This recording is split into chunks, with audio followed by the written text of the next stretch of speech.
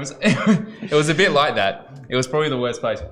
Well, guys, so welcome back to the Happy Hour Wine for the People show, episode number 93. And tonight we have, well, firstly, happy Monday. I had a really productive Monday today. So you guys, I hope you guys have had a really happy Monday. I hope you guys have a really happy weekend and end of your last week. Tonight we have another amazing guest to introduce to you. Now, I have to say, like, this guy sort of, I used to think I was the person that was really active. I used to think I had all the energy, and then I met this guy. You know, he's been literally everywhere.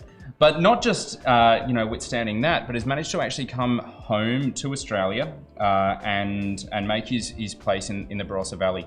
And we have had feedback from you guys at home about how we've managed to have a ton of people from Adelaide Hills, ton of cool cats out of the McLaren Vale. You know, even a few people have come down from Clare, but very little from the B Vale, the Barossa Valley.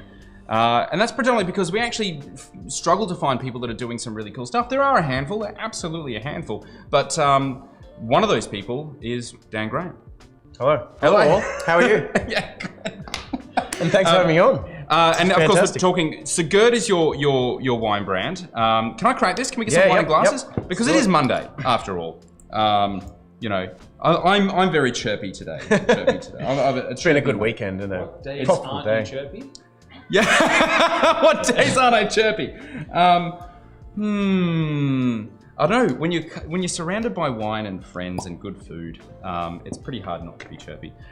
Mate, I thought Laura and I were the king and queen of the world's most confusing wine brand names, and then you came out with something like this. Sigurd, what does it mean? Where'd it come from? Talk to me. Talk to me, Goose. Well, definitely can. So Sigurd is my great-grandfather's name, and also I share the same name, so Daniel Sigurd Graham. Came out of Norway in sort of the First World War. Yeah, right. So just before. Wait, no, not the name. Your actual actual great-granddad. Yeah. So he came over in 1914, and yeah, just loved the country. So he was over here for about. So the story goes, was over here for about 3 months. Yeah, because that was around about World War. It was World War One. Yeah, right. So yeah, he came over just before, and then yeah. So he got out of there. He got out of Norway. Was here. Yeah. Shipped across, and then managed to come in, love the country, love the feeling, and supposedly, story goes, the quickest way for him to become a citizen at the time was to join the war effort. So right, so we got shipped back. No word of a lie. He signed his name away and said, "All right, citizenship," and then got shipped back. And then now I got so Norway, right? Yeah. I mean, that's some Viking blood right there. Yeah. Was he just spoiling for a fight? Do you reckon that's what happened? He came to Australia, and while he was, because it would have been a long time to get out here. It's not like they had, they had clippers back in the day, but they didn't have they didn't have 747s. Oh, it would have been months. Would have been months. Yeah, and then he found out there was this great old fight going over in Europe. I'm sure I've got a different story for this. He didn't want citizenship. He just wanted to get in the action. Maybe he did. Maybe he did. Well, where he was born in Rjukan. That's where they tested like the bouncing bombs that destroyed the damn walls. My grandfather was part of the team that created that. Yeah. Yeah. So he was from around there. So it was really interesting. Why? So they tested. They basically obliterated all the bridges. Maybe he was like, I need to get into this. That is fantastic. Yeah. So from there, obviously, he came out, and you obviously thought to honour the name, not only, of course, your middle name as well. Yeah, definitely.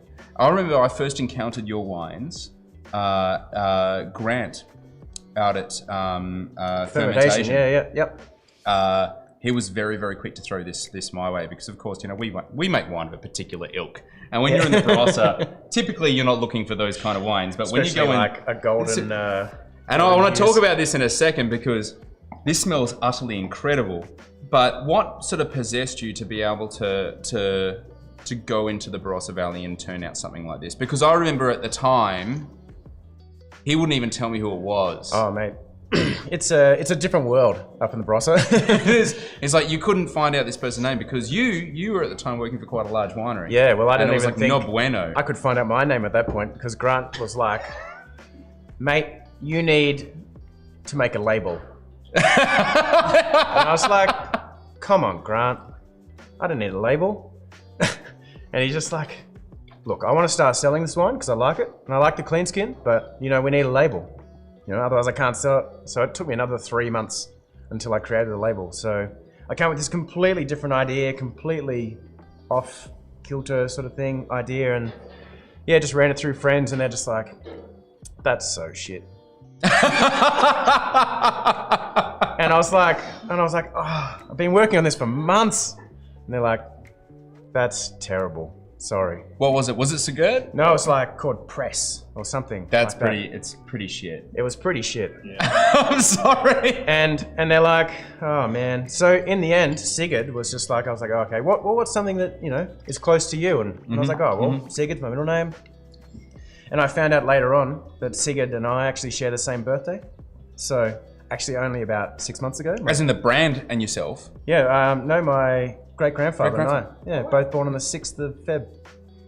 So this is why I have Sigurd as my middle name as well. That is insane. Yeah, I only found out 6 months ago.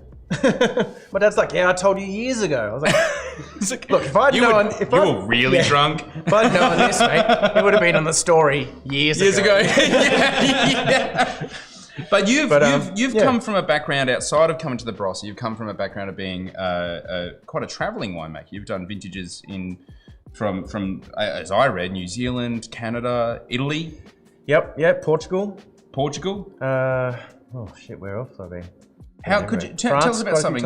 When I go to the States and try and describe Australia to people, I try and liken Australia to the States. Now, before people launch on me, I understand it's very much not, but you'll get the analogy here. So Canada is like our New Zealand. And Bali is like our Mexico. And having worked in both New Zealand and Canada, and I've never been to Canada, so I'm passing judgment on something I know fuck all about. But what made you, gravitate towards Canada? And is there actually similarities between the New Zealanders and the Canadians? Well, I guess like growing up in a winemaking family, this has been a big thing. I was like, grew up winemaker. Yep. Studied winemaking full time, worked full time winemaking, like at the university winery. And the last thing I wanted to do was wine make after I finished my degree. So Really? I was like, I'm so tired of this. So a friend who was doing, I can't remember what he was doing. But he goes, oh, we're gonna go over and do a ski season. And I literally was like, when do they leave? And they're like, oh, in 4 weeks. So I signed up, did my interview within a week. Yeah. And then, it was a lifty. And then flew out the day after my wine chemistry exam. So see if I'm out of here. Yeah, so I was out. So I was like, oh, I'll take 2 months off. I'll go to Canada. I'll snowboard. Never snowboarded in my life, like every other New Zealander and Australian that works in a ski mountain. And then just went straight there and was just like, all right, now I've got to learn to snowboard.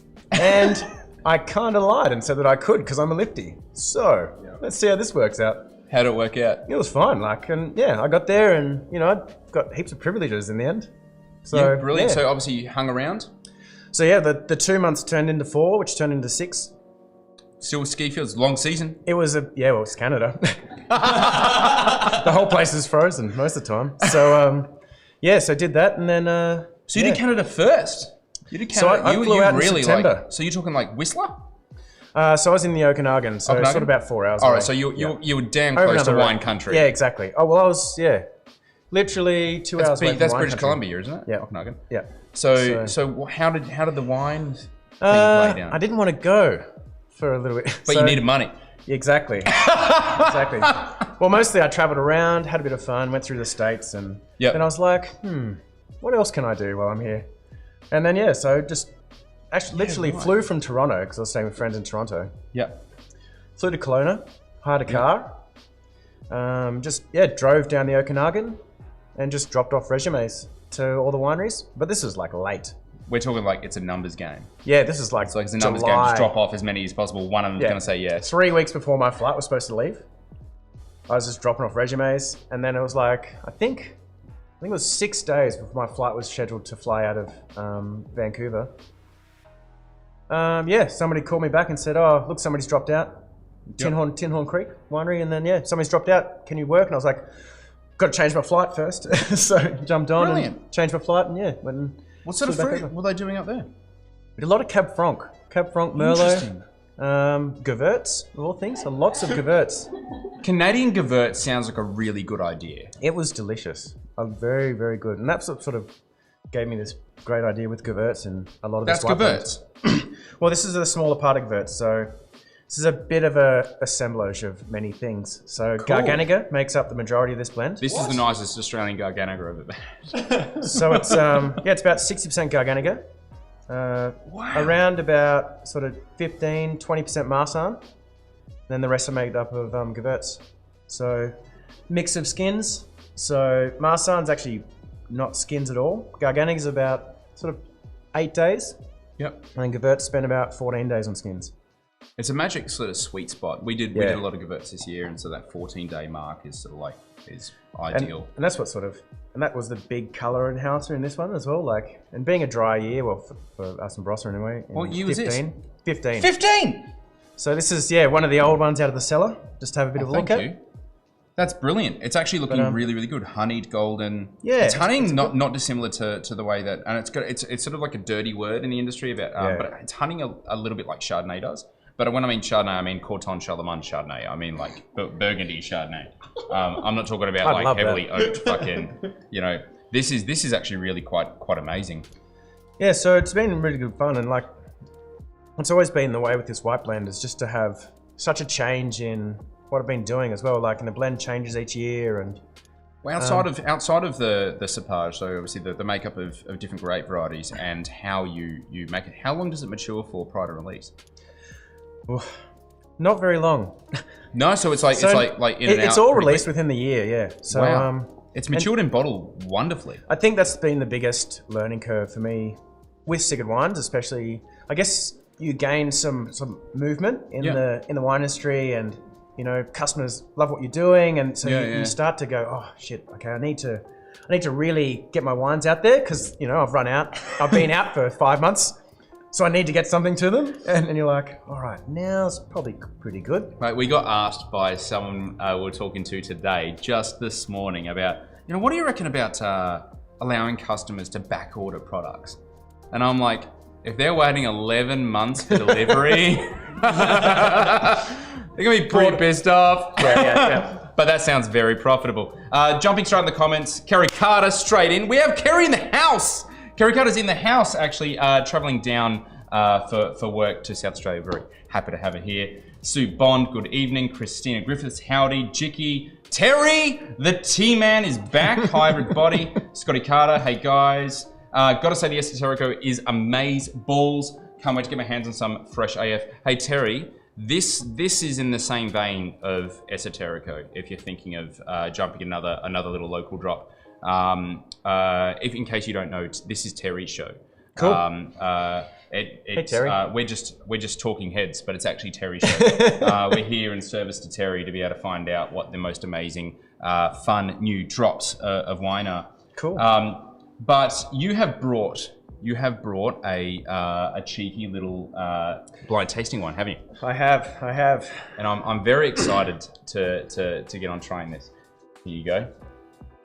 Thank and you. You've played wine options before? Oh yes. Oh yes. Oh yes. Oh yes. Oh. Oh, hello. Cool. Something's like dug out of the cellar a little bit. Cool. I'm into this because, all right, so for those, because we do actually have people chiming in for podcasts. Okay, not really cool. watching the show, but they'll listen to it later. And it is one of these things with blind tasting, and I guess hey, cool. Blind tasting could be like a real wanky thing. Yeah. It typically is a really wanky thing.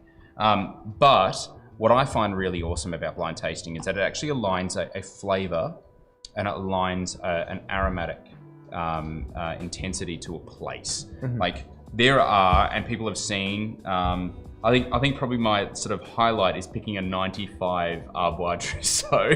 Which I think was pretty fucking dope. It was also very fucking lucky. But we can actually, when you're trained enough, you can actually pick exactly where this thing has come from and exactly where it's, you know, what variety it's made from. And that's what makes wine different to other drinks, which are just classed by category. You know, these are all of our IPAs. Yeah, but we taste one and tell me it comes from, you know, a niche little site inside, you know, Texas.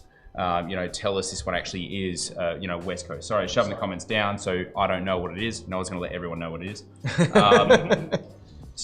But with wine we can, and what I'm getting off this is incredible amounts of this amazing. We've talked about it. We've never had a wine. 93 episodes. We've never had a wine that is so strong with this. This is TDN. This is trimethyldihydronaphthalene. TDN. It is not dissimilar in molecule shape to diesel. Hence the reason why it smells diesely, kerosene. Kerosene is the not diesel, kerosene. And that just has it for days. Oh. That has it for days. So it tells me aromatic grape variety that's probably been exposed to a bit of sunlight, you know, a bit of, and possibly a bit of age. And of course, the one you kind of generally will jump for is Riesling. But playing the game, not the man. Is it red or white? Do you want to run options, or do you want to pass across? Maybe I'll pass across. I haven't. Noah's like brutal. Is he brutal? Yeah, no, he does it. He makes it hard. I thought, yeah. All right. Well, go for it. I have one thing that I like. Okay. Towards the end, which I think. Okay, well, put your hand up when you want to pass it over. When you want to pass it over. You want me to handball it to you? We'll do it. Yeah. Alrighty. Is this New World or Old World? I think it's white wine. I didn't think I needed to point that one out. I was on here with another winemaker, and there was a wine that was so clearly white, and it was actually red. Yeah, no, this one was unmistakable. This is really tasty. This has like a really back palate roundness that is just. This has definitely come out of a cellar. This is really awesome. This is a white wine in really good nick that's had a bit of age to it, and it's just sublime. It's white wine. It's New World. This is New World? Yeah. Countries. He's actually pre-planned all of this. All of this is acting. I know, because he was researching before. Because he tries so hard to make this difficult for me. I love it. It's good. Canada. Ooh. Oh, nice. Yeah, we did make some really good Canadian Riesling. And that is New World. Australia. Yeah. New Zealand. Yeah. Okay. The giveaway for folks at home, and now I could clearly fuck this up. I have no idea what this wine is, but I'm going to probably be looking more closely towards acidity and more closely towards fruit ripeness and the balance between the two. If I can find really good fruit ripeness with a high natural acidity, I'm going to go a cooler climate, and could either be Canada or NZ.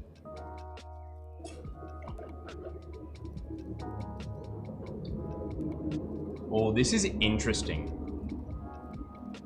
Because there's a third element to this wine. There's residual sweetness in this wine. And I think the residual sweetness is hiding the natural acidity. And I'm guessing, being a typical winemaker, the thing that you want to do is guess the residual at the end of this. Because that's always the thing. Guess the residual. And it typically is on well-crafted wines like this. It's probably quite elevated. Yep. Look, I haven't had a width and breadth of Canadian wines, and it could well be. I'm going to go with New Zealand for this one, because I think something like this could easily come from NZ. You going NZ? Yeah. This is Australian. Okay, cool. Could go on with that. But good. But good? Yep. He's giving me kudos for it, man. Yeah. It's good. It's good. It's good. Southern Hemisphere. Yeah. We're in the ballpark of the planet. We're in the universe. We're doing all right. Is this from Western Australia? Is this from Tasmania?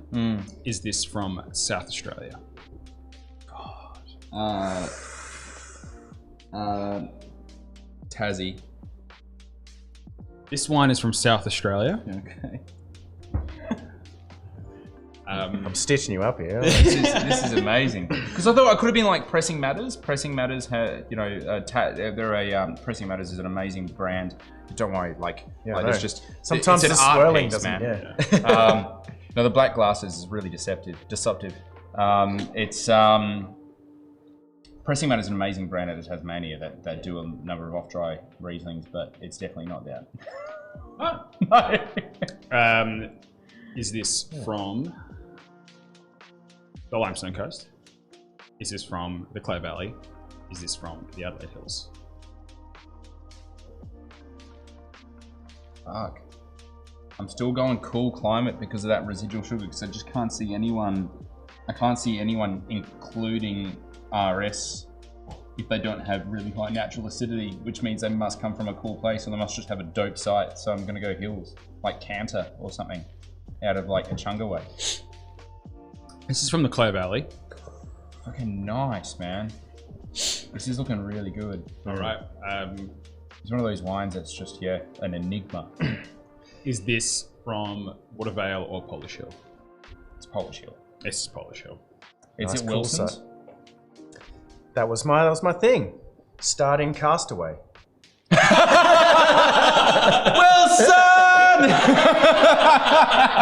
That was the best joke. Awesome. Yes. Wow, I was just, because, I don't know, it's really good. It's actually really good to have Laura here because, you know, my wife will be the first person to throw me under the bus. And when Laura's literally going, how did you know what vineyard? I know Wilson's, I've tried a lot of the Wilson stuff. Wilson's are underrated. I'm not sure what's happened with, and I'd love to actually get them on the show because they've undergone like a massive rebranding and a massive, because they never used to be the brand that they are now. And they're not even like, that's not even saying much, they're not even like a massive brand, but they do multiple Riesling single site really well. And they have an incredible plot in Polishville River and have been growing fruit for probably some of the most amazing, utterly amazing wineries around the place. And there's just something about when a grower grows fruit and makes wine. Yep. And they just see the full process or can somehow control the full process. I'm not sure if they have their own winery or they use someone externally, but there's also like, they're probably going to be sending their own fucking dope fruit to the winery anyway. And you can see it. There's and the RS on this I think is in the 16 zone, or is it bone dry? I think it'd be pretty close to bone dry. I think. Nice. So on the back label it says bone dry. It literally has parentheses. Yeah, right. So it's probably pretty bone close. dry. Okay, yeah, wow. So it's just fruit sweetness. That's incredible. That really. It's tight and tension and. It's amazing actually. Yeah. Vintage, I reckon, is the fun one here. Did you want to guess it, or do you want to? Well, I don't know. No, I don't know. Or do you Because want a whole bunch of other people just commented after. This is good. Okay, this is amazing. Or we can give you some years. How many years you want to stab? I couldn't have a stab at this because when Riesling enters this stage, they actually call it the Casper stage because it's like Casper the Friendly Ghost. It sort of dips down into TDN for a while and actually lasts for about like 15 years in this space, and then it'll actually pick back up and be like marmalade-y and bergamoty and really, really distinct. So it's just entering the beginning of this phase, I think. But I think it's the back palate butteriness that really throws me. Over 10, under 10. That was the thing. I was like, no. The question is actually, is this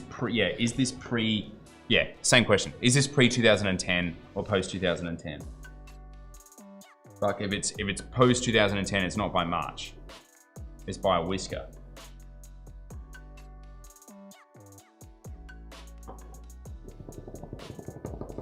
Your silence tells me it's post 2010, by the way. Why do you think it's silent? It's the majesty. Yeah, I know. 2008 was hot as fuck. 2007 was wet as fuck. 2006 was hot as fuck. So it's definitely 2009, which was moderate. Well done, sir. Was it? Yeah, it gets. You don't get one thing right. Oh, Clive's excited too. We actually had applause. We actually had applause. That's fantastic. That's pretty good. So I want to. Oh wow! So wow! This is old school. Yeah. Like they've completely changed their entire label and everything. Like it's hyper modern now. The Wilson Vineyard, everyone at home. That's actually fantastic. I imagine since then they've actually been doing a lot sort of wider and broader probably array of. I guess style would have changed a lot as well, like in that sort of times, like, and I guess that's been a big thing in Australian winemaking. This sort of this push to more approachable styles, and it's you kind of miss these in the early 2000s and the 90s and 80s Rieslings and things like that. It's like they're very, very cool wines. It's really interesting you actually bring that up because one of the things we hoped for the show was to be able to obviously make wine relevant. And I think for a lot of what we drink, it's wine for young people. It's wine for new world or contemporary or natural styles of wine. But then we had someone like Justine Henschke on, and that was fascinating because and Justine was a fantastic, I think everyone will agree, a fantastic guest to have on, but also a young person, but at the helm of a very traditional wine brand with a very long, rich and amazing history.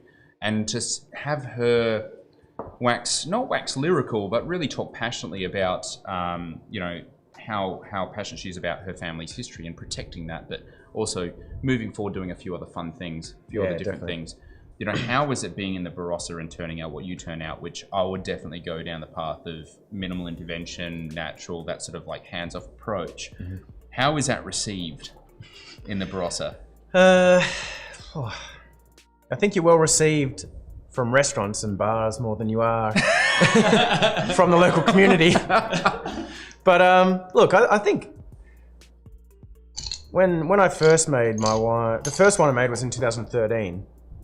And I'd say that would have been the most moderate level of skin contact white that I made. So it was a Riesling Gewürz. I'm going to stop you there because my research says 2012. Oh, I did make a wine in 2012. Yep. But you said it wasn't released. No, it never released. Why not? Well, I just made it. Yeah, well, I don't know. I didn't just make a little bit either. I made 2 ton. 2 ton of Grenache out of McLaren Vale. Yeah, because my research was Blewett Springs Grenache. You started at the top. Yeah, man. It was good. It was real good fruit too. So it was That sucks. Yeah, I know. Well, at that time, more of a purist, I think. And I was like, this isn't right. Yep. I'm not happy with this. Yeah, right. So if I'm going to make my name doing something and going to launch something, it's going to be it's going to be, that was, I don't know why my tester had to be so big though. I'm still confused about that. It's a lot of 2 tons of fucking. It's a lot of wine to do. It's very expensive Grenache too. Well, at the time, it was $2,000 a ton, 2012. Back in the good old days. And then I went back 3 years later, and it was 3.5. Yeah, it's really gone up. And you went to the Barossa, the place that also has the cheapest grapes ever. Honestly, I have been surprised at like G grade Shiraz in the Barossa is like $3,500 per ton, which is great for the grower if they can secure that price. That is fantastic. I love it. Amazing. But I tell you what, that really starts to get into like American levels of pricing where that is where the saying was to start to make $1 million in the wine, you're going to start off with $1 billion anyway. Oh, definitely. It does get ridiculous, but yeah, look, that was a good bit of fun, and I ended up selling that wine to my mate in Canberra, actually, of all things. Yeah, right. And we made a Shiraz Grenache. Killer. Wine. Yeah, out of Canberra Shiraz and McLaren Vale Grenache, and it was really delicious. Your mate's not Connor Killer. No. By that vintage. Well, he only released one label, so yeah, it was great, and he sold it all, and did really well. But brilliant. Then he went into a completely different. Now he sells vegetables in Sydney. So we all follow different paths. Yeah. Potato bastardo. Oh yes, Noah. Well done. That is fantastic. Niche, but fantastic. I appreciate that one. So 2013 was your first sort of foray. You're in the B-Val. You're in the Barossa. Yep. Where did Clare Valley come into it? Because I read something about a Clare Valley 58-year-old, probably older now, vine Shannon. Yep. So that all happened when was that? That would have been 2013. So I just got a role with Redhead's Wines. Now they were in the Vale. So they were Vale, and then this was kind of their, I guess, rebranding at this kind of time as well. So they're looking to sort of move up to Barossa, try something new. From the McLaren Vale to the Barossa. Yeah, exactly. So McLaren Vale, Barossa, and we had a common friend. So a good friend of mine was, she'd worked for them in Bordeaux. Yeah, And, right. Yeah, recommended me, and sort of worked for the family that sort of owns another place in Bordeaux. Yeah, right. And recommended me, and we caught up, and it was great. So I got on there, and I started investigating lots of areas, I guess, and caught up with so Richard Hughes is the owner of the block in Stanley Flat, quite northern Clare. Yep. John Hughes is the son, Yes. so Riesling freak. Thank you. Right. That's where he sources. That's where hurt me. we're like, whoa, what? So that's Barossa, where he- Claire, Hughes, that's a name we know. So that's where he sources most of his Riesling from. And Richard take me around, and for Redheads, we're looking to buy some Shiraz and Malbec. Yep. And then Rich was like, "Hey, here's some Old Vine Shannon." I was like, What the fuck? "What? Does anybody buy it?" And he's like, "No." And I was like, "Okay, can I buy it?" And he's like, "Why? Who wants to buy Shannon?" And I was like, "Well, I do. I'd really like to buy your Shannon. It looks great." We had a very similar thing that occurred with Zabibo, and I think it is one of those things where you got to be somewhat visionary with these things, and you encounter a lot of other sort of, it's particularly grape growers that they just haven't had face time with winemakers that might have some sort of like artistic or visionary idea about what to do with those vineyards. Being visionary in the Barossa. And you've actually found yourself with like a gang of thieves per se. An amazing one. Likes a track sometimes. Has it been good to have that amount of support? It is good, and I think one of the first people, I guess, who I met in the Barossa was Tom Shobrook. Yep. And we got along really well. And then another mate, Stephen Crawford, was and Frederick Stevenson. So it was really good to sort of come into line with those guys early on. And I think that really helped us sort of set a precedence, I guess, as well. Early on in 11, where we go, oh, maybe there is something different besides everybody else. And being worldly winemakers as well, and it really took until work in Italy to sort of gather the strength maybe to it's a very to come back and actually have a bit of a go. So there's a common thread that you guys at home don't know, but Dan and I and Steve Crawford from Frederick Stevenson, we all worked at the same place. We're talking GD Vira in Barolo, except I'm going to say only two of us ended up seeing out the entire vintage there. Dan, what happened, Dan? I got to see out Barbera picking, but and then it finished. Aldo Vira. Yeah, Aldo and I had some disagreements, and which ended in me not working there anymore. The man himself, the owner. So the godfather of Vira. So the mediator, who's now, well, Giuseppe, I guess, sort of pretty well runs it now. Giuseppe runs it now, yeah. The mediator, he was in the US at the time, and sometimes Aldo's passion got the better of him. Aldo was very passionate. We were just, prior to jumping on this live stream, I was just regaling a story about how we had a gang of probably around about 20 Macedonian sort of workers that come in as sort of casual workers every year. And we ran through 2 whole teams because Aldo would just clean house. And I actually thought that maybe it was just random. He would just come through and be like, fire everyone, just something fresh, keep you on your toes, because he was sadistic that way. But then I watched one day this group of these casual workers that came in, and they bought them a brand new Karcher, one of those sort of diesel-powered high-pressure washers. And they brought it inside the brand new winery, and they were sort of cleaning out the crates, the picking crates. And and they didn't like the smell of the diesel in the air. So what they did is they crammed these sort of like, it's like from the bottling line where like the corks come in, this hard plastic stuff, semi-hard plastic. They just crammed it into the exhaust port.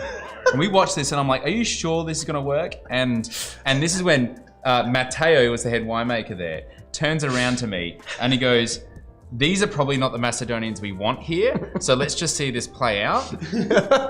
And let's just see how Aldo goes. Anyway, fast forward about 5 minutes. Billowing black smoke comes up out of the exhaust port. And so they put a steel plate over the exhaust port to get rid of the black smoke. And it starts emanating from the side of the machine. And then the whole thing just turns off. And come out, so come and get Aldo. And he comes running out. He always has his sleeves up like this.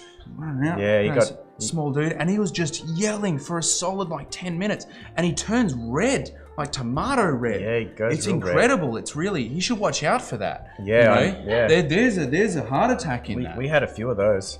Yeah, wow. Yeah, I don't a few envy you. red face, but It was incredible. yeah. We had to I got to watch it from afar. Luckily enough, I wasn't Oh, bearing okay. the brunt of it. I got the brunt of it. But it's incredible. I've never actually worked harder than there. Like Yeah. they have probably one of the most amazing work ethics. It was That amazing. I it's really tough. enjoyed it. Yeah. It's Well, really tough. we had, and I think this is the disagreements we had as well. I was like, this is pretty easy, this finish. Oh yeah, don't say that. And I was like, well, they had one of the best, like it was 2011, warm, they could pick when they wanted, there was no rain, there was no disease pressure. There was nothing, like... We had 2014, worst vintage in 20 years. They bogged tractors and we got botrytis in the Nebbiolo. That never happened. So yeah, we kind of got to pick things, like they got Riesling ripe.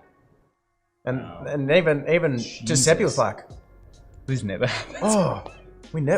this is pretty rough. I was like, yeah, it's good. We should pick it now. He's like, but we can let it hang for a bit longer. And I was like, You can, but looks pretty good. That is absolutely incredible. All right, so you've brought your lovely dog here. I was hoping you'd bring your dog here. This is only the first time we've got a dog in the studio. One of the nicest demeanor dogs ever. So curious. Yeah. What is the best trick that old Clive can do? Oh, he can sit. So sorry, Clive. He can sit and wait, because that's all I've ever taught him. And he does it well though. So you're working in a winery with Yeti and Coco. Yep. Right. So Yeti, you've seen Yeti's dog before. Yeti's dog's a bit of a beast. And I think every winemaker has a winery dog. Ours is the cutest little shit ever. But Yeti, he came up. So Dave Geyer is who I'm talking about. You guys would have met Coco, Cohen Johansson, who was on the show very early on in the piece. Is his other half. Other half in business, in winemaking. But many people have made that mistake before. It is a very intimate relationship. David is a very gorgeous man. But his dog, though, he pulled up, right, with a ute on the back. Yeah. Dog on the back. Dog just jumps off and just fires straight into the winery. And we're like, hi. And next minute, we're just talking, catching up, genuinely. And we get... his dog just started dropping bungs. Bungs are the... Okay, cool. For those... Hey, Colin's actually chiming in. Half, and yes, he is. So I'm going to get a little bit basic. A bung is the tiny little... Typically in Australia, there'll be silicon. Sometimes they could be wood with a bit of muslin cloth around. But they're inside the tops of the barrels. They're the things that you sort of crack open to get access to the wine. And yes, the thing that you put the bung in, you bung it into the bung hole. Yeah. That is. If you were wondering at home, that's what it's called. Shut your bung hole is one of those things. So we're wondering where this dog is pulling all these bungs from. Because we're like, fuck, this dog better not be jumping on barrels, just pulling out random bungs. Like, we have barrels everywhere. But he keeps bringing them in. We're up to like 5 by the time we're halfway through conversation. I'm like, that's pretty cool. What's he doing? Yet he trained his dog to find lost bungs. Have you experienced pretty amazing. Yeah, it is insane. Sticks, bungs, She can find anything. Yeah, like, and we'd been wondering why, like, typically you buy like 20, 30 bungs at the start of vintage and you end up with like 10 left. Because you just keep losing them. They're like O-rings and seals in a winery. This is like a Cellahan thing. But she was finding all of them, just figuring it out. Trying to find a way to get out. Yeah, you must need to go for a wee. Yeah. We visited a winery that had lost a dog after eating grapes. As in what? Lost as in couldn't find the dog because the dog was like eating grapes was much better than going home? Or lost as in like... Colin goes, yeah, because Dave is so fucking messy. No, grapes and dogs aren't meant to be like, you know, together. Hey, but I do know that our dog absolutely adores grapes. It's like absolutely. Now they're playing. No, it died. Well, Christina, that's a cool story. Was it 2016 in Barolo? I'm really sorry for you. 2014 I'm so sorry. If I could find a light-hearted way of understanding it, like there are many great ways to go. You know, this was a great way to go. You know, I'll die, like falling into a vat of Barolo has been on my mind for quite some time. I'm not sure if that's quite the same thing, but I'm sure that dog was very happy when it did. But mate, we are not going to let you leave here without trying some blind tasting for yourself. We have 3 different wines here lined up. I don't know what they are. Right. They get invoiced separately. Noah wraps them up. I don't get to see what they are. So it's completely your choice and we're playing together. Oh, yeah. So I can get to like... Yeah. You can, yeah. I mean, you don't unwrap it. Like you choose one, we're going to play together. We're going to try and pick it. Maybe we'll go for the furthest away. Oh, interesting. I don't know what. No. Grab it. Just don't look at it too much. Evidently, they're poisonous to some dogs. Yeah, evidently, Christina. Like I said, our dog's absolutely fine with it, but he eats literally everything. His favorite food is cow patties, as we found out. And for those playing at home who are wondering, what does that smell like? Nothing beats the smell of a Dachshund fart, especially after cow patties. We live in a 30 square meter house. It is definitely one gigantic Dutch oven. You want to come on? G'day you guys. Lovely to see you. Thanks so much for chiming in. He's getting some FaceTime right now. What do you got? Oh mate, he's so stoked right now. He was playing around, he was having a bunch of fun before, but now he's super stoked. It's like, oh, thanks, Dad. He's like a shark. You put him upside down and he just like stops reacting. It's amazing. It's sort of like a sheep when you kind of pull him over and they're like, just, whatever. Now he's like, oh. Whatever. All right. So I read recently there was an article by David Sly in the Adelaide Review. Oh, yep. And he actually coined something that was actually really quite impressive. Thanks so much, Noel.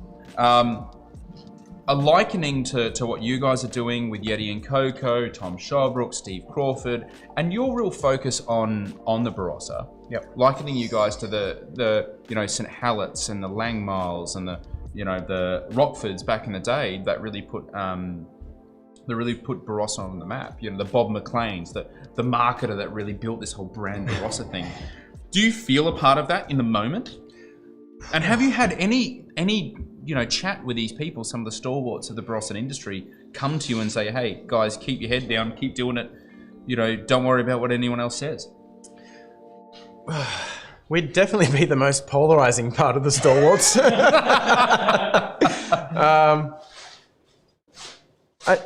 Maybe it is the thing, like you just have to put your head down and stick with what you're doing and believe in yourself. Yeah. And then move forward and cop the criticism, I guess, because it's not the most, not that I like this natural wine thing. I don't like the label, I guess. Like I do what I want to do, which is not make any additions and add a bit of sulfur because, I don't see a big problem with sulfur. Yep. I don't know the most sulfur in the world, I've seen that because of the bigger place I've worked in, and you see the structure of winemaking in a big place. Mm. But you don't need it when you're a small place because you can monitor it. You're more involved. You can pick problems much quicker.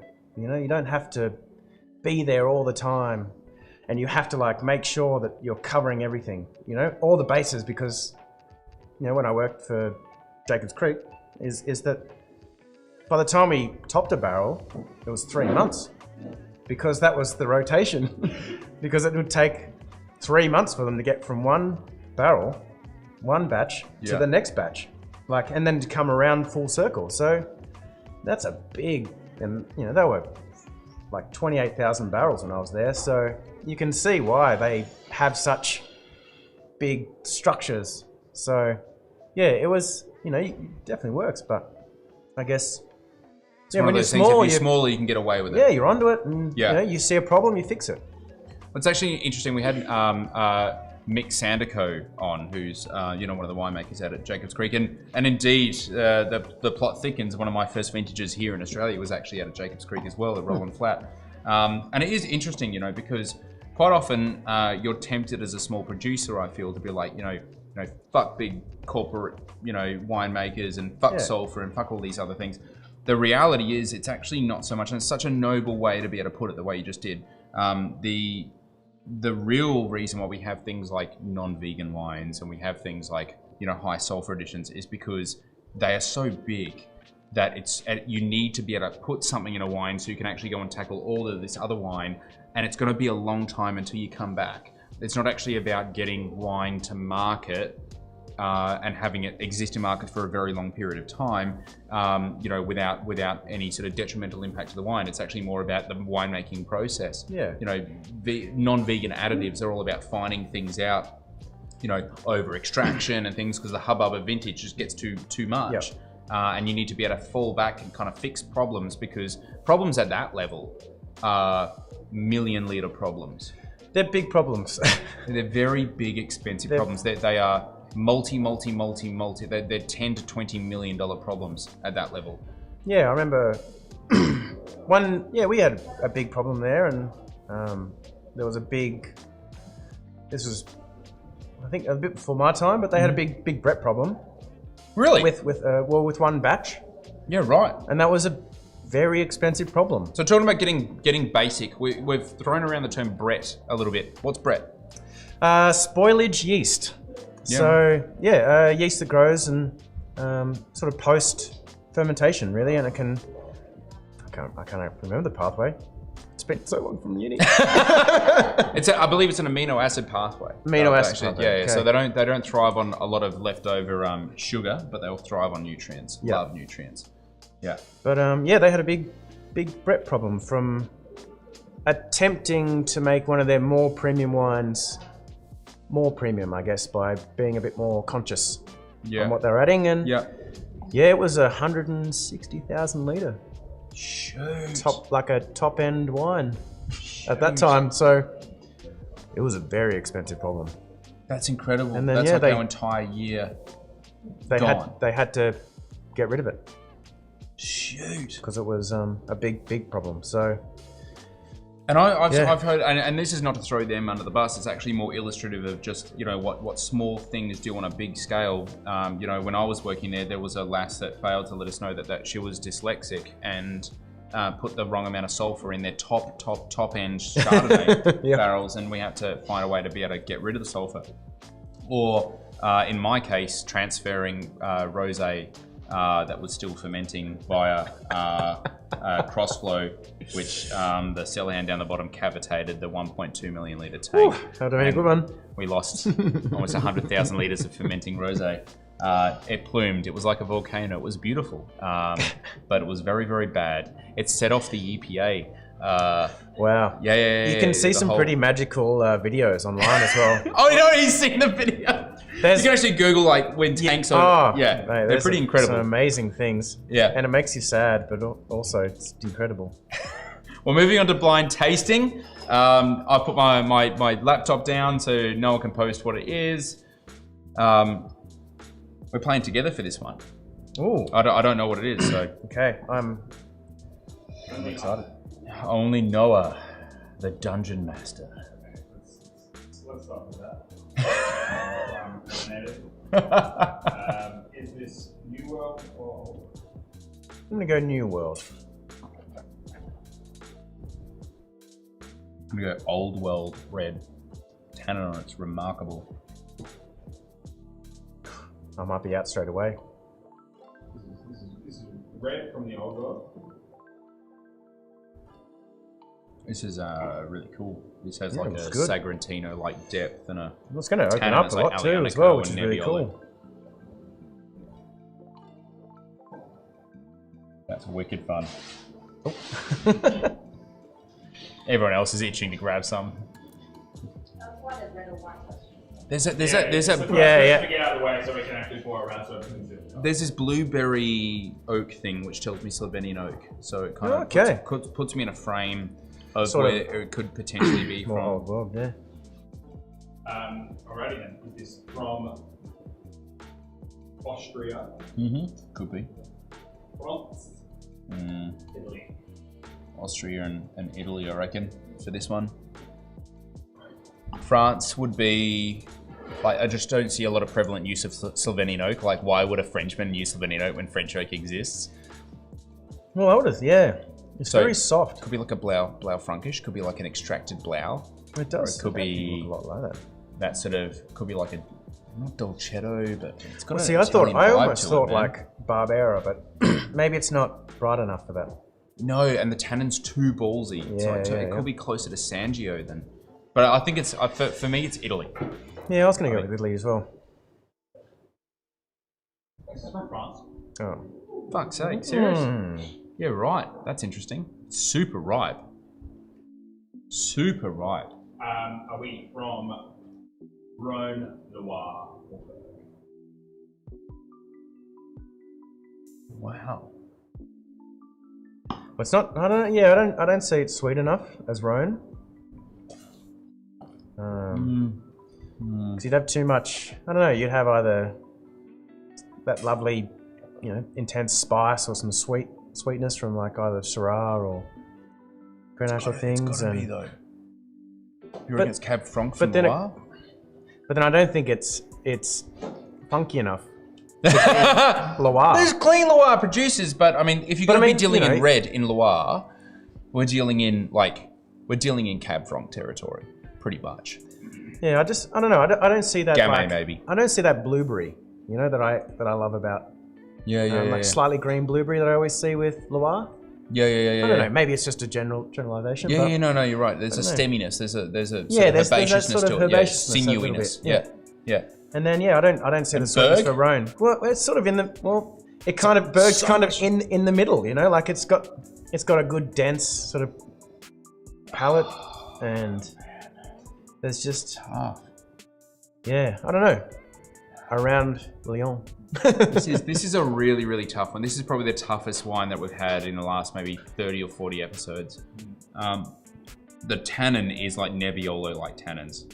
It's great, and it's very coating. It's beautiful. And that would lead me to Gamay, but it doesn't have the fruit profile of Gamay. I'm thinking, are we can we get one lifeline? Can we get whether it's a blend or a straight variety? Is that allowed? Or do we have to just play it through? I don't know. Maybe. Should we play it through? Noah, you're the game master here.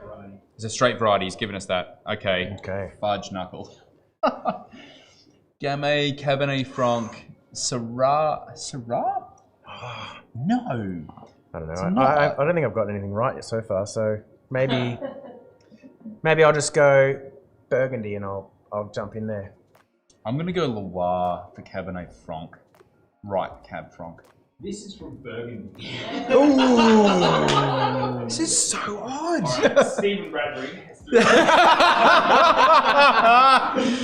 Yeah, right. I guess you're Stephen Bradbury, the last one. Yeah, I did the last one. I got that. 09 Wilson. I got the 09 Wilson. Yeah, We might as well as just. soon as we got to South Australia. We probably should have just asked, what is this wine? And you would have went, 09 Wilson. Rather than the rest of it, Don't play the game. That's the one. Yeah. Alrighty. Berg, are we going to go... Shit. Tannin on that's surely. I'm going to go Cote de Nuit, Cote de Bone, Cote d'Or. Cote de Nuit. Yep, I'm going to follow that. It's Cote d'Or. Damn. Cote d'Or. Yeah. Really? Yeah. It's like Chardonnay territory. That's incredible. Yep. Well, maybe... Well, it must be a warm year. This has completely got me thrown. Yeah. Completely got me thrown. Are we going It's Pinot. 18? Yeah. It's Pinot Noir. Yeah. 18, 17, 16. 18. I I reckon 18. I'm gonna go 17. An extra year in cask. 17. Ooh. Because they wouldn't like. Yeah. That's gnarly. That's That cool. is gnarly. It's pretty wild, but it's pretty What it- delicious. It's pretty good. Where's it come from? This is French wine centre. It's from John Yeah, Gershon. French. Yeah, wow. That is like, I've had Pinot that has had the tannin of Nebbiolo before. That's incredible. That's very structured. Yeah. What do you reckon the price on that bad boy is? Are we talking retail or landed? Retail, right? Retail, I would. know. Okay, what would you fork out for it? It'll be like a 55. I was I'd be going to go pretty around happy. 70, 65, 70. I was going to jump to. It was 71. Yeah, cool. This is worth That's- it, and that's it's one of worth it, those. yeah. This is one of those cellaring Yeah. wines. Like I'd I'm want to see a this. Like, cheapskate when it comes down, you know? Like you look at you look at the landed prices and you're like, ooh. Just at 10%, that must be retail. yeah. More like 30. yeah. That's a really cool wine. Like that's got a lot. Like we're talking juvenile. This thing is It's young. Yeah. so young. That's a 10 to 15 year prospect. It's going to get in a super cellar. creamy and delicious too. Yeah, and hopefully it's going to open up a lot more. It's still sort of so tightly wound. Never seen Burgundy like that before. Yeah, that'll be around a couple of days, I reckon. Oh, yeah. Probably, yeah. There won't be any left, I assure you of that. All right, so we've got 3 minutes left, and I want to chat about what's up next, because I read that okay, you are based in the Barossa, Yep. okay, but you've branched out to Clare, Yep. done a little bit of Clare. You've also branched out to the hills, haven't you? I have, yes. So what's going on? You jump on our turf? What's now? What are you doing? What's got you captivated? Oaky Chardonnay was my thing. Serious? Yeah, look, it's always been a big passion. Like I love Burgundian Chardonnay with a good dose of oak. Yeah, so, right. and you know, the price of oak Chardonnay, I guess. No, not big blousy, not the big buttery ones, but you want a good bit of spice and a good bit of new oak, and you want them to be lineal and well drinking and a bit Don't worry, we've textural. got plenty of fans of that. But yeah, Plenty of like, fans and of that was style. that was the big thing. It's sort of at that point that everything I wanted to drink was $70. Yeah, You know, right. because everybody goes, oh well, I'll just accommodate a new barrel into the cost of the wine, and then suddenly it's expensive. So I went, Yeah. you know what? I'm a bloody winemaker. I can find fruit. I'm gonna make my own Chardonnay. So it's more about amortizing your own drinking costs. Exactly. It was It was part and parcel reason why the first release never sold. it was my some ended up in his gut. it was my flavor of the month at the time. So I made a Chardonnay and a Pinot that year, and just just bought. I don't know. They were about 50% new oak, and using sort of Coopers I really like, the Burgundian smoky kind of style, and it worked quite well. So And then became a brand. talk to me about varieties, because I was quite surprised in my research to find out that you were fascinated about a variety that I completely discount and completely and maybe I've missed the mark. I don't know a lot about the variety. I discount it because it is the most planted variety in the world. It is Macabeo. Why is Macabeo such an interest to you? I think just climate, and I think it's so resilient, and you can do so much with it. I think, and that's the same with Grenache Blanc, Grenache Gris. Yeah. You know, these are varieties, white varieties, or like Pinot Gris, I guess Grenache Gris is similar too. You know, you can make them white and just interesting, and you can manipulate them, I guess. Like, you don't want to manipulate them too much, but you can use a bit of skins, and you can make them interesting, and you can add a bit of oak, and you can pick them a bit earlier, and they can be quite waxy and lovely and textural. And I think that's a beautiful thing, and I think they work, especially in Barossa. Yeah. And I think it's a shame we don't have more of it. And I think I wish that sort of we move that way, and because I think Barossa can do really good whites, but we tend to just evidently. Yeah, we just tend to be stuck with, well, not stuck, sorry. No, That's the Semyon. wrong. Well, Bionye. Semyon, look, Semyon's great there, and I think it does a really good job, but maybe, Bionye, maybe not so much. Yeah. But I just, hope we can get some more textural whites coming out of the roster rather than having to be clean Riesling or really pretty Chardonnays out of the hills or competing with Mornington and making like Chari Chardonnays or something. You know, it's sort of like, you know, why rip it out and plant more Shiraz? What about Touriga? Sitting in the Vale of Portugal, because that's obviously you've got quite a bit of experience. I've played a little bit with Touriga. Yeah. I'm not the biggest fan. Too aromatic? Like what? It can be too much for me, and I don't like a characteristic about it, which I can't. I can never nail it, and never really. Are you a lavender person? Maybe. I don't know. I don't really like lavender, so it's not my thing. There it is. No, it's the only red wine that I've ever seen ferment that smells and tastes like lavender. Maybe that's the thing. Well, we play with it in Portugal, and didn't like it. Alfachero was a variety that I would definitely make. It's the inland Pinot. It's like the Frappato of Portugal. It's beautiful. It's this spicy, peppery. It's really light. These lovely tannins.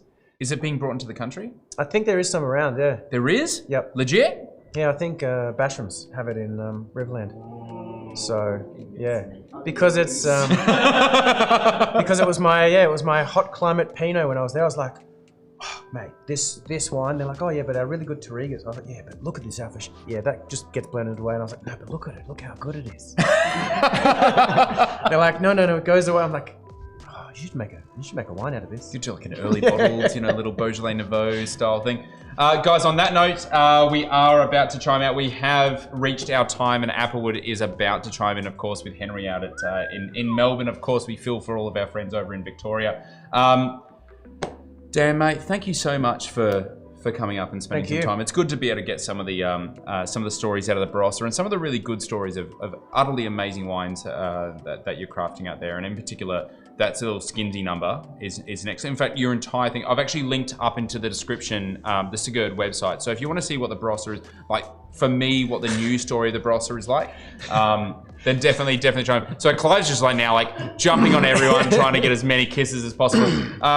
Noah, thank you so much for this evening. And of course, we have quite a live audience. We have Laura, Louise, Richard, Kerry Carter, Marta, thank you so much. And of course, Clive. Thank you very much. And for all of you at home, thank you so much for chiming in over the last hour. Hopefully we've been somewhat entertaining, informative, and you've been enjoying a drink with us. Now, on Wednesday, we have Kate Laurie from Deviation Road. We're going to be delving deep into one of our favorite subjects, sparkling wine. Ooh. And of course, champagne. So guys, get your pate a la Fragois out. Get your deep fried things. Get a bottle of sparkling and join us on Wednesday night. But for now, we will be chiming out. Catch you soon. Ciao. Ciao.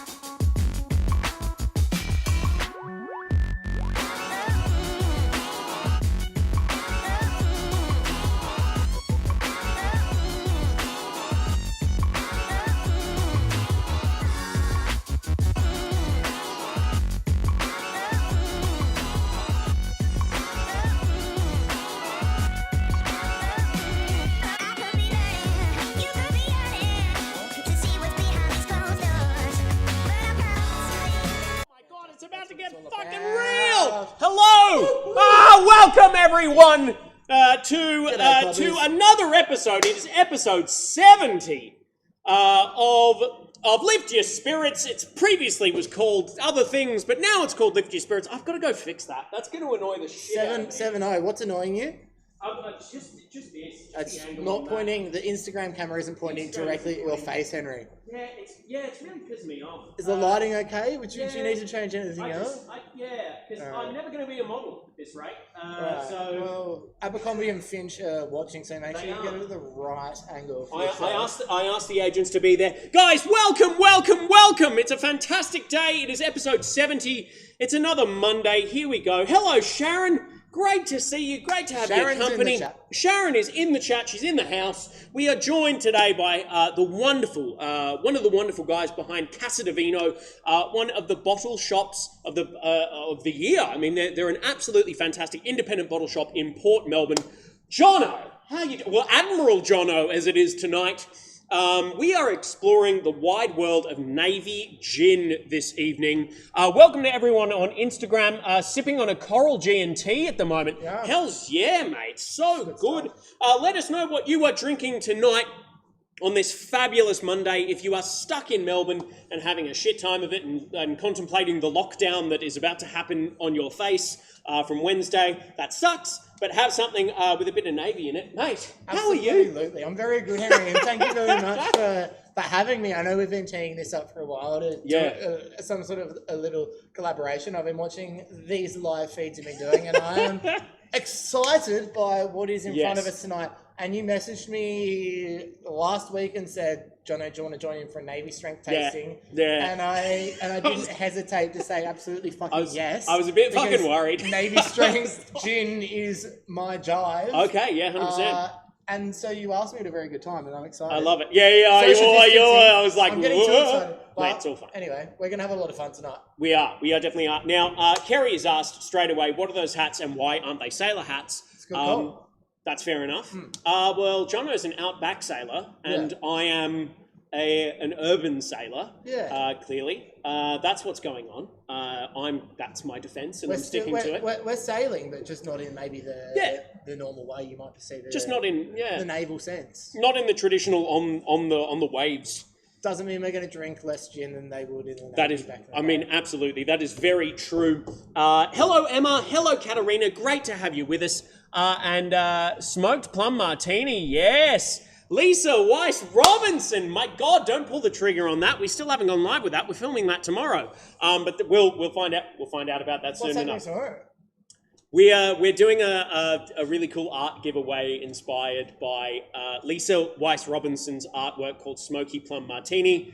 We're doing a little collaboration with Birdie, with Luke Wordy, who will be putting a cocktail together. Absolutely. Inspired by your artwork, Lisa, which we were really happy to get a hold of, and also involving a gin that we did for Birdie, which was a smoked Davidson Plum gin. Oh, sounds like a time.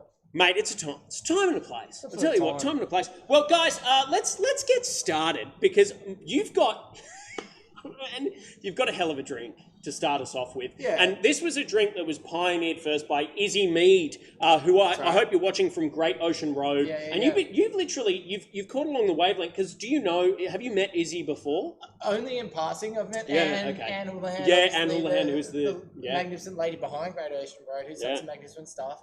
Done like a couple of tastings with their Great Ocean Road gin, and fallen in love with it because of its point of difference. Yeah. In the gin sort of scene, like it's sensational, right? And so, it's so good. And so I thought I'd love to do a little bit of breakfast, because that's what we're having right now, essentially. A little bit of a red snapper with the Great Ocean Road gin. Here we go. Right? Yes.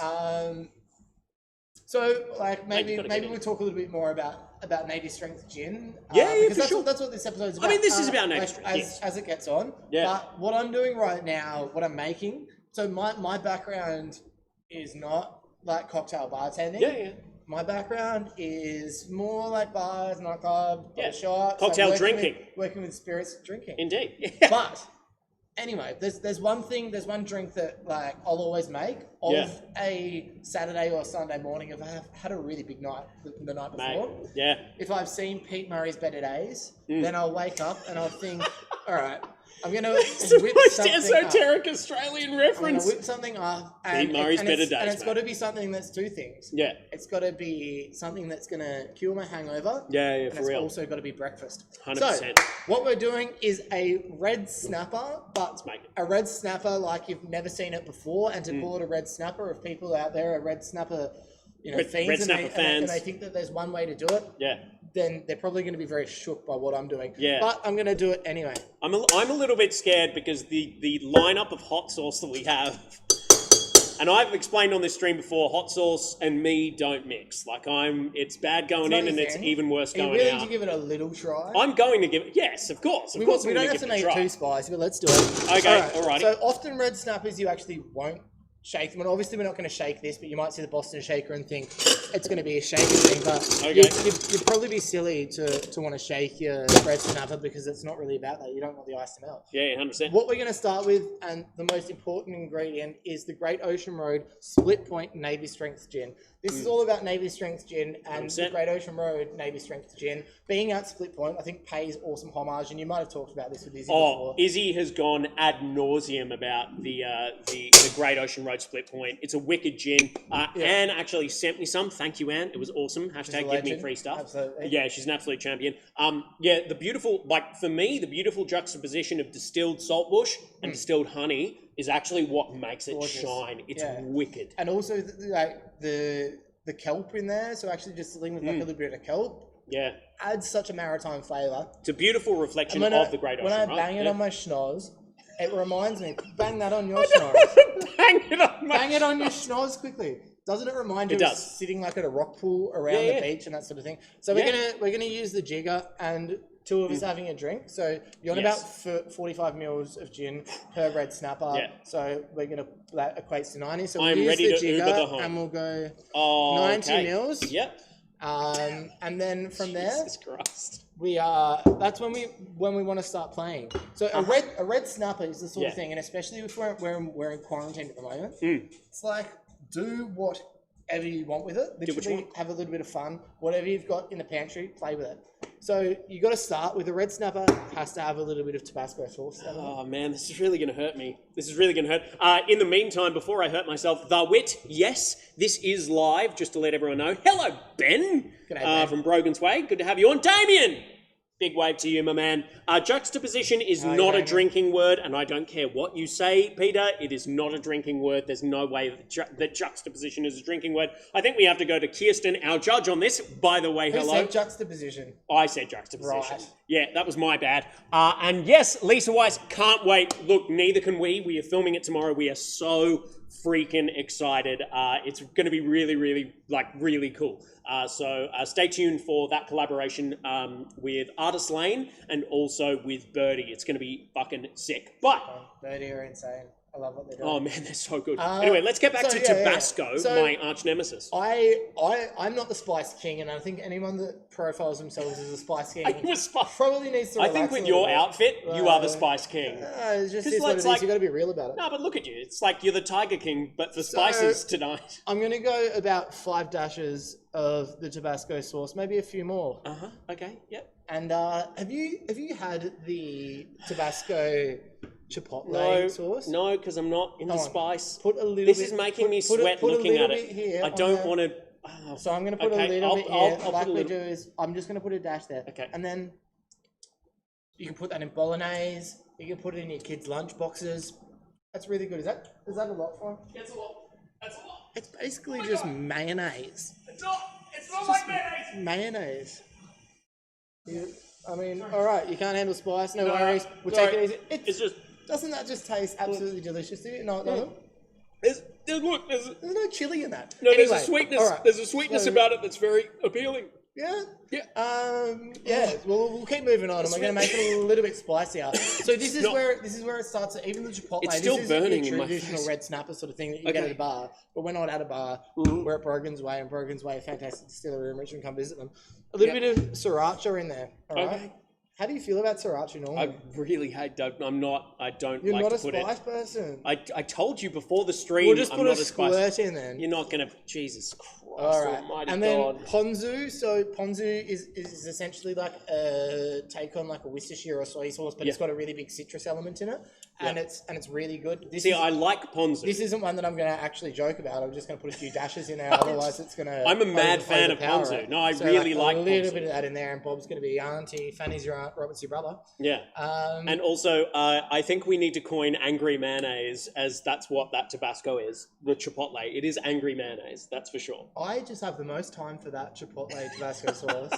Of all time. That was Now so I've got cinnamon sugar, so you want it when you're making your red snapper, have a salt sugar element, like celery salt is often used. Yeah, Are you yeah. okay? Yeah, I'm good. I'm good. I'm going to be okay. So I'm gonna just be going to okay. put a little bit of this cinnamon sugar in there. Okay. Like bang bang. I probably put in like 10 grams, something Yeah, like yeah. that. Who knows? For real? We're going to whack in a little bit of fresh cracked pepper. That's Easy. important. Yes. I'd say. That is the most important element of the drink besides the gin. I'd say I'm going to do about 6 cracks of that in there. From your local peppery. This is a local peppery called Coles. Yeah. They've got A local place that sells pepper. Coles. really good stuff. Absolutely. That in there, and then the rest is just tomato juice. So Indeed. in we go with the tomato juice. So we've got in there at the moment about 140 mils. You want to go about 120? You okay? Yeah, I'm good. About 120 Yeah, mils of tomato just a juice. lot of hot sauce. So between two of us, it's going to be about 240 mils. So essentially a cup between us, about that. Okay. And then we're going to clamp on the top of it. Yep. The Boston shaker. I'm going to go over the sink for a second. Okay. Just overfill it a little bit. Yeah. He's just going to... Oh, yep. Okay. Nice. Right. There we go. So Beautiful. What we want to do, and often red snappers you won't shake because you don't want the ice actually melting. Yeah. What we're actually doing is we're just rocking. Oh. So we just want to rock the snapper. Yeah. Rock the snapper, and we're just like picturing filling you it. with a fish. Yeah. Just like You know, rock it. rock Just the give it a rock. snapper. Just So rock the snapper. That's the we're way to go. We're cooling it down. Rocking we're getting like a into boat. ice, but Yes, we don't indeed. actually want that ice to melt or anything like that. Yeah. Okay. Boom. Beautiful. That's nice and cooled. I'm fucking terrified. You're gonna kill me. You'll be okay. I'm not sure I'm gonna be okay. If you're not okay, then you need to learn to be okay. Okay. I'm gonna learn to be okay. Couple of highballs. I'm gonna take these There ones. we go. Yes, those are for you.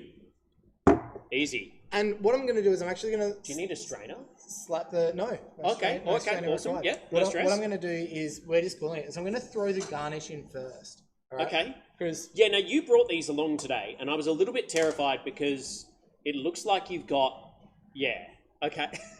so essentially what we're doing for garnish is what you would get if you were, and that's probably just gonna sit in Yeah, there. yeah, just sit... Yeah, This is just, sipping on it's me. like reminiscent of what you might have got at a party, like a primary school party Yeah.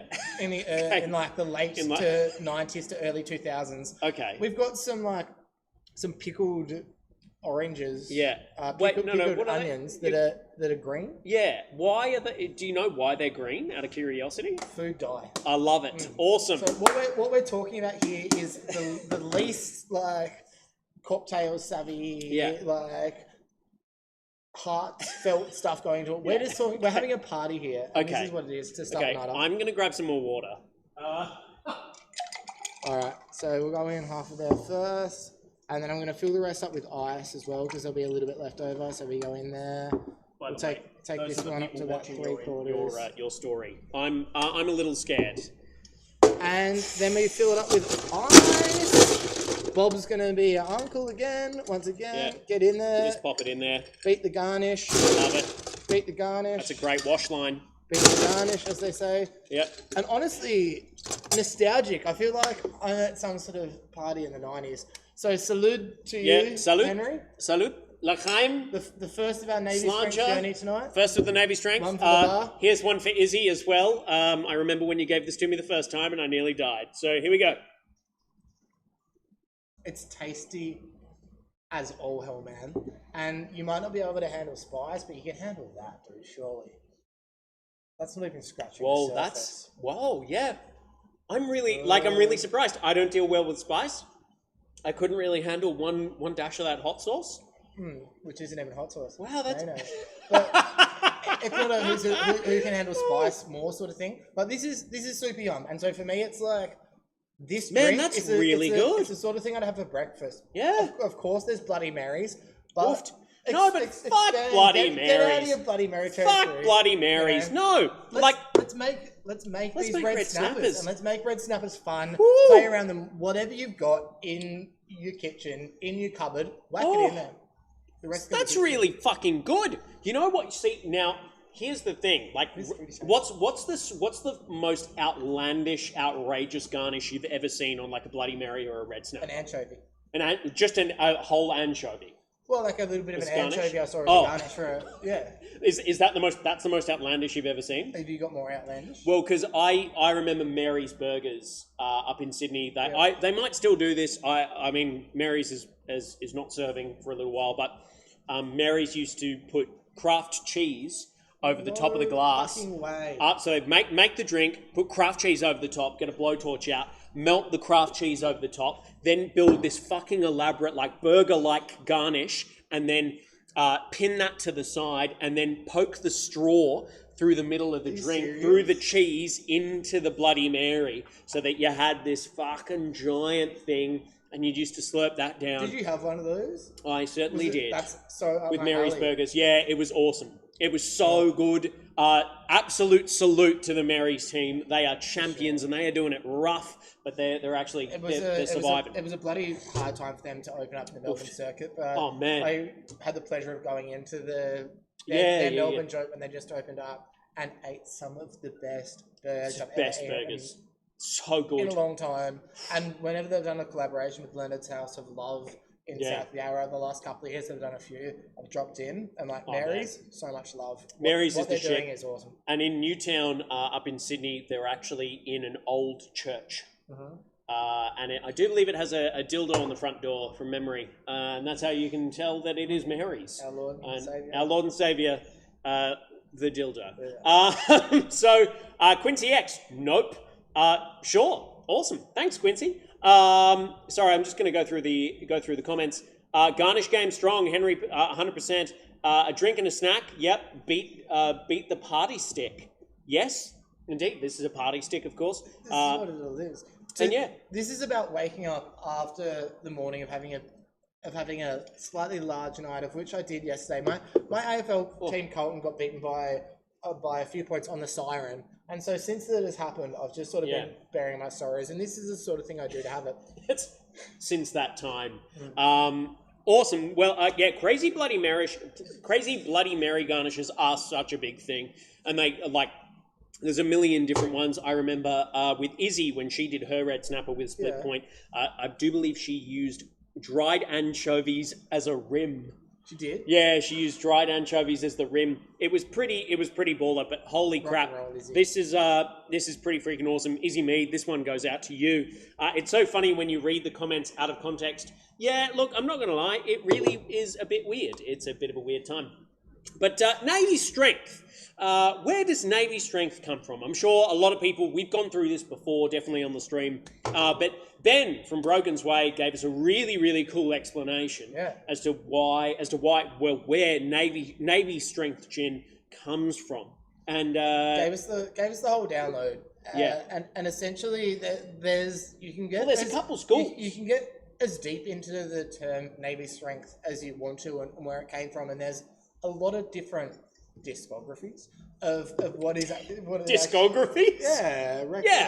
Discographies. Of what it actually, like, where it stems from.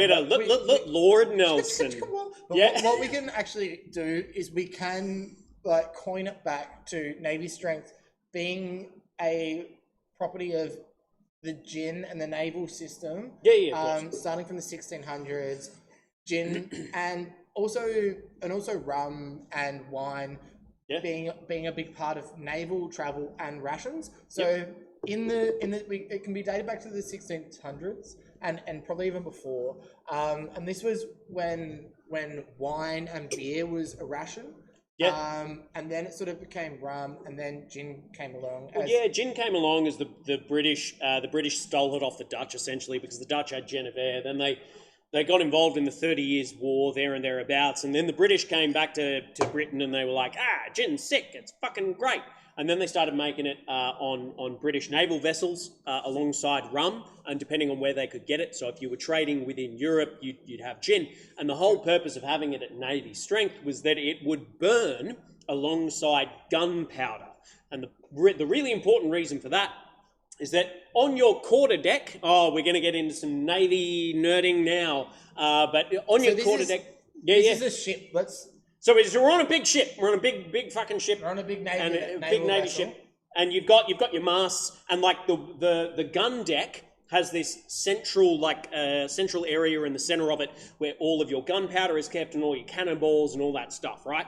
Now, if you get hit with a cannonball, it might go into that area and smash it, and that'll drag along a lot of seawater, a lot of debris. But you'd also keep your Navy strength gin there and also your overproof rum. The simple reason being that if it gets hit and you've got all this alcohol on the floor, it's going to wet your gunpowder. But if it's over 57.1%, which is the unicorn number, if you will, your gunpowder will still light on fire and you'll still be able to shoot a cannon, which is really important if you've got a whole bunch of angry French people shooting cannons at you. At your boat. Yeah, exactly. And it's bandied around, I guess, in these circles so much. The different sort of like ways of telling that story and the ways of projecting, but in essence, that's what it is. Yeah. If your spirit, be it gin, be it whatever, is 100 proof, which is 57% ABV or above, then it's going to light on fire. And if you've got gunpowder or whatever, that's going to light on fire if X, Y, and Z pours on it. Yeah. You know? So it's that's basically where it sort of got coined. And then it was only in 1970, right? Yeah.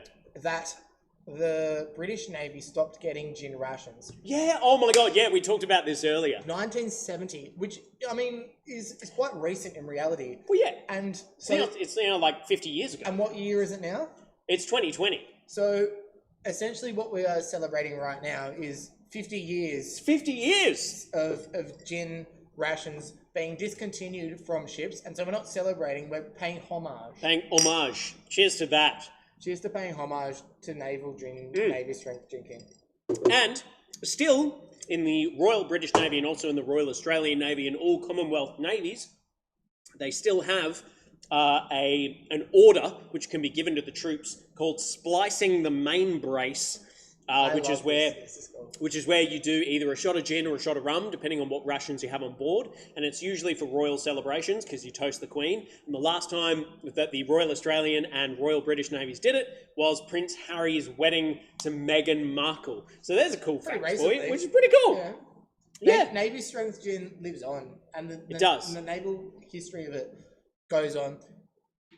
I can keep talking about Navy strength gin all night because I love it. Well, we're going to. Have you got a little cocktail? I do. I've got another cocktail to make. Thank you, Kerry. Pew pew, motherfuckers. Yeah, 100%. Do you think there's someone who was hired 50 years ago that's contract still entitles them to a tot? Fuck yeah, maybe. Absolutely. That'd be fucking dope, though. Well, look, this second drink is a really, really simple highball that we're going to do. We did this at the Applewood stand for Junipalooza. It is called the Admiral Yuzu because our Navy Strength Gin from Applewood has some yuzu in it, and so does beautiful Strangelove Yuzu Soda. So all it is these two elements. Now you can garnish it with maybe some lemon thyme, which would be really cool. We're just going to garnish it. Sorry, pardon me.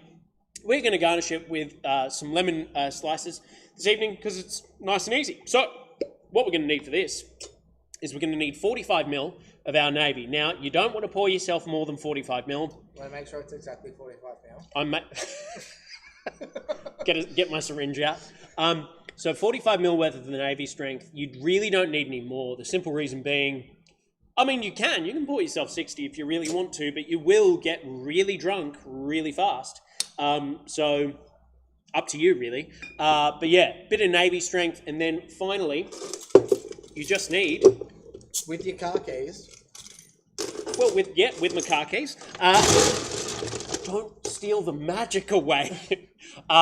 So just fill yourself with ice all the way up to the top. Nice and simple, nice and easy. And yeah, grab yourself some yuzu soda from Strangelove. You can get these at Dan Murphy's now. They're super fucking easy to get. They're super cheap and they're brilliantly tasty. And then you just top it with the yuzu. Yeah. Now, there is a bit of an option in here to give it a bit of a stir with a bar spoon if you want. You can or you cannot. If you want to, have you tasted this before, mate? I've not. I've tasted the Navy gin. Well, have a taste of that just while you're here. Thanking you. So yeah, just give yourself a little bit of a lift and a stir, just to incorporate all your elements, and then garnish yourself with a nice lemon slice. Keep it nice and simple, nice and easy. Is Junipalooza going to happen next or this year? What do you think, Jono? I think that it's. think so. I honestly think that it's a little bit. A little bit far-fetched. It's a little bit fucked for anyone to say that they think one thing's going to happen and one thing's going to not, because we don't really have any idea. The reality is no one actually knows anything more than the other person. Yeah. Probably not. Probably Junipalooza is not going to happen this year, based on some of the stuff we're seeing. But all that means is that Junipalooza 2021 is going to be the biggest Junipalooza ever. And I'll drink to that. Here we go. Cheers, guys. Cheers to you at home. Let us know what you're drinking this evening. We always love to hear all about it, no matter what you are drinking. So here we go. Cheers. It's bloody good. And obviously you've whacked the lemon in there, and that brings out those like citrusy. Yeah. But it's also got this like beautiful binding of like more herbaceous. Shot. That's a shot. He fucking said it. He said herbaceous. Oh, dearie me. Well, he gets to drink this Marie Brizard triple sec from like 1980. I low-key knew that this was one of the words that I couldn't say, and I thought that, hey, I'm ready to have a little shot of Marie's Brie. Yeah, you were just like, yeah, let's send it. So let's do it. Oh, dearie me. And if you're having one with me, then... Yeah, please. Always. Salute. Cheers to everyone at home for herbaceousness. Enjoy. Yum yums. Still holds together over... No, it's not that great. There's so much sugar in it that it could last a million years. It could. Absolutely. But yeah, it's still nice and dry, still nice and clean. It has more, because yuzu is a little bit more of an oily citrus as opposed to like a fruity citrus. Like lemon I find quite fruity. It's quite sour, but it is quite fruity. There's still a bit of fruitiness in body. Whereas like yuzu, there's a lot of oils there. Like kaffir lime, right? Kaffir lime is far more heightened and oily, whereas lemon is a bit more. Lemon and lime, Mediterranean, are a bit more like fruit driven. And you get that from your oily botanicals. Yeah. Like you look at like the Great Ocean Road gin that we just had, the kelp in there adds such an oily element that it gets like the louche effect when you put a little bit of tonic in there. It goes like very cloudy. Yeah. So it's like. There is an absolute like. Well, there's an oiliness to all of these things that we're toying around with tonight. Yeah. Which is really, really cool. But yeah, nice, oily, dry. I can imagine a little bit of lemon thyme in there. Super refreshing. It'd be really, really cool. It'd give another element to the drink as well. Even like a bit of rosemary. Like just go out the back of your house and like pull a rosemary sprig because they grow around everywhere. Yeah, exactly. Whack a whole rosemary. Treat it like a roast lamb. Yeah. Treat this like a roast lamb and just treat it like a roast lamb. Put a whole rosemary sprig in there. Absolutely. Next time you have a highball, treat it like a roast lamb. Treat it like a roast. Give it a bit of rub. Don't put any butter in there. Put some garlic in there. Just put some garlic, some salt and pepper, garlic, rub it on down. About 2 hours on 220 degrees. And you'll get this. You'll get this right at the very end of it. It's delicious. Indeed. Well, now on to more serious things. That is very good. Because to be perfectly frank, Jono, you guys at Casa Divino have been doing some amazing work in terms of the gin space. Yeah. Now, you've been doing these interactive tastings. Can you tell me a little bit more about that while I make you another cocktail? Absolutely. Please, take it away. I'd be very, very happy to, Henry. And thanks for... Mate. And for those of you who don't know, Henry used to do my job. So I did, yeah. Henry's last job before he moved into this awesome space of doing this incredible thing, he was doing my job. Yes. And essentially we're Casa Divinos. that's what we are. We're at 227 Bay Street, Melbourne. Port Sorry, Melbourne. that was the funniest way of describing Was it. that good? We are Casa de We are Vinos. Casa de Vinos. Casa de Vinos is what we are. That's what we are. Sorry. And we focus a lot on whiskey is like a big part of what we do. And tequila. We import Clase Azul for Australia. So Clase Azul, for those of you who don't know, is that ceramic blue and white bottle, which is on the back of a lot of bars, and it's gorgeous, and it's like, and it takes tequila from being something you had when you were 14 years old at a party and ended up not wanting to drink tequila ever again, to something that tequila is now a treat, you know. So that's what Clase Azul does. So we do tequila, and we also import a lot of really awesome whiskey for Australia. So we've got really good relationships with a couple of French whiskey bottlers, Scottish whiskey bottlers, German whiskey bottlers, and we get some really sensational whiskies in. The sort of stuff you're not going to see at your normal bottle shop, which you go to every day. We specialise on more sort of harder to find stuff, and we feel as though the stuff that we get is a really nice representation of whiskey and what it can be. And also on the other side of the stick, we do gin tastings as well. So during this COVID bullshit, we would do in the store, and Henry used to do these. We would do like 4 or 5 tastings a week, like in the store, like just with friends, with whoever, and then once a month we'd have our like guided tastings, they'd be like more like sit downy. You've got your 5 drinks, and we talk about them. Always a lot of fun. COVID came in, obviously we can't do that. We can't have more than 4 people in the shop at the time. So we started doing tastings online, sending little bottles out. So we packaged up our whiskies and our gins in these little 30ml bottles, like match them with tonics, X, Y, and Z, and we just send them around Australia. It's been awesome seeing that there have been some people in like Queensland and Tasmania, and like people we didn't often people we would never get into the store normally, coming and like buying our tastings, and then we do a Zoom tasting essentially, a lot like this, but not quite as handsome as having the big H Meister. I'll stop at your big flirt because I'm just the one doing it. Jesus Christ. So it's been good. It's been a way to keep us above board over these weird times, and it's like, and it's kept us busy. And I don't want to say that it's like this Corona thing's been good for us, because it hasn't. We've probably lost a little bit, but the whole hospitality scene, we're all supporting each other, and there's been so much love going around, and it's so good to be here with Henry, shaking up this gimlet. Oh, this is a nuclear gimlet, baby. Here we go. And this has a little bit of a twist to it, because we've muddled fresh green kiwi as kind of inspired by the wonderful Cara Devine, who was on last week. So we've got a nuclear kiwi, is what we're calling this bad boy. So we've muddled fresh green kiwi. We've got some Ochre Gold in place of the yellow chartreuse. We are using Brogan's Way Royal Blood Gin, which is their Navy strength, sitting at 57.1%. It is unbelievable. It's a beautiful gin. And a big reminder, if you use Henry at the checkout, you will get 5% off and free shipping on orders over $60. So definitely hit that up.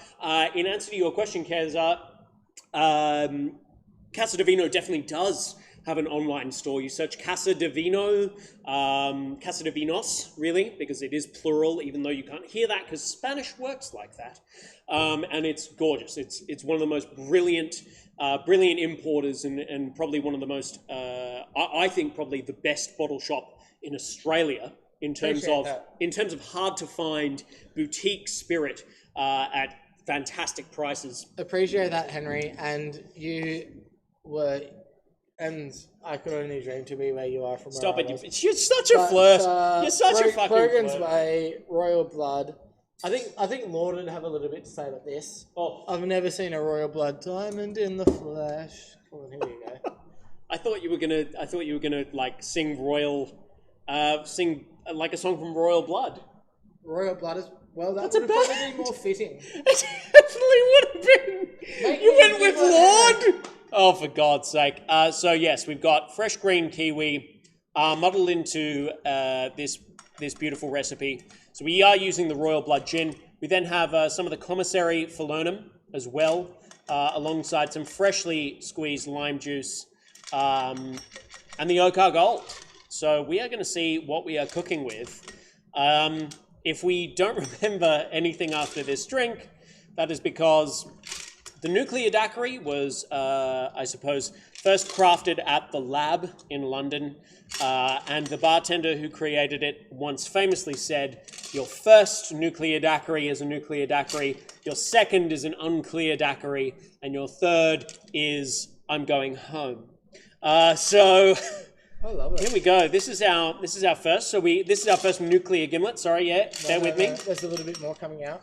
So, but this is a nuclear kiwi. Can I say that it looks a little bit like mustard, and I feel as though we're cooking with mustard right now. Can you let me garnish it with a fresh kiwi wheel, which is what we're doing. Fresh kiwi wheels Have a look across at the that top. already. Fresh kiwi wheel. So here we go. Cheers. Salud there. Cheers. Cheers to everyone at home. Enjoy. Oh man, that's insane. That's a good fucking drink. Oh, it's actually really good. Yeah, that's going to knock someone on their ass. That is absolutely for sure. Nuclear gimlet, nice. Oh yeah, it's serious. I tell you what, Andrew, it's a serious drink. This is bloody good. But the kiwi kind of binds it together. It gives it a different element as well, and gives it this like nice acidic sweetness as well, which kind of needs to go along with everything. Love Royal Blood and the Split Point. Need to get an Applewood Navy. Yes, you certainly do, Kirsten. And yes, I do owe you a bottle of the Class Azul, a small bottle, as I said on that live stream. I remember that live stream, even though most wouldn't.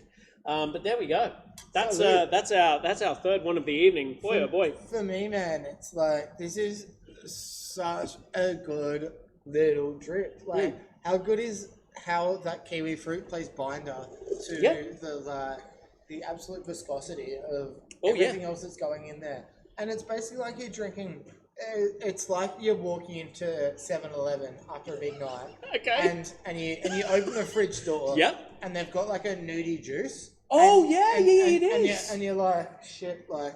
And you pull out that nudie juice and you say, I'll just get this one. You don't even look at it. You scan it, you pay for it, and you walk along.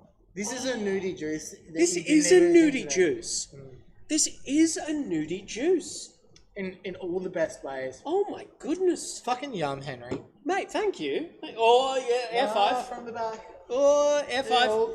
Nailing it. Nudie juice with Navy is such a good pre-gamer. Oh my goodness. It is seriously good. So definitely give that a little go. So 45ml worth of Navy gin, 15ml of Ochar Gold, 15ml falernum, 30ml fresh lime, and then muddle half of a. Can I just say, this is the tits.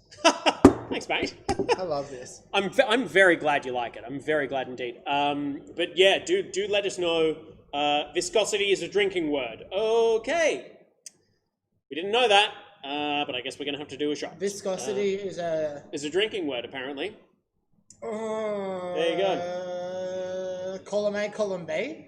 I didn't actually see your message, just by the way. It was a bit too quick. So are we saying viscosity is a bit of a wanky drinking word? It is. I actually would think... Did you say that or did I say that? No, you said that. Yeah. Did I say that? Yeah, you did. All right, then I'll have a shot. Okay, yeah, fair enough. Alrighty, well, yeah, nudie juice. In fact, you know what? Fuck it. This isn't... sorry, I've decided. This is not a nuclear kiwi. This is a nudie juice. That's what this is. We're drinking nudie juice because that's exactly... Oh, no, that's for later. Right. This is exactly what you'll be doing if you have too many of them. It's nudie juice. You've coined the cocktail phrase. Salud. Salud. Here we go. So, you've got your cocktail. Yeah, you've got your shot glass there. Dear me. Yeah. Sorry for the term viscosity. Viscosity is a wanky term. I shouldn't have said it. I'm not really sure it's a wanky term personally, but what can you do? The crowd owns it. The jury has spoken. We are mere victims of our own propaganda. Indeed. This is democracy manifest. Down the hatchet. Goodness gracious.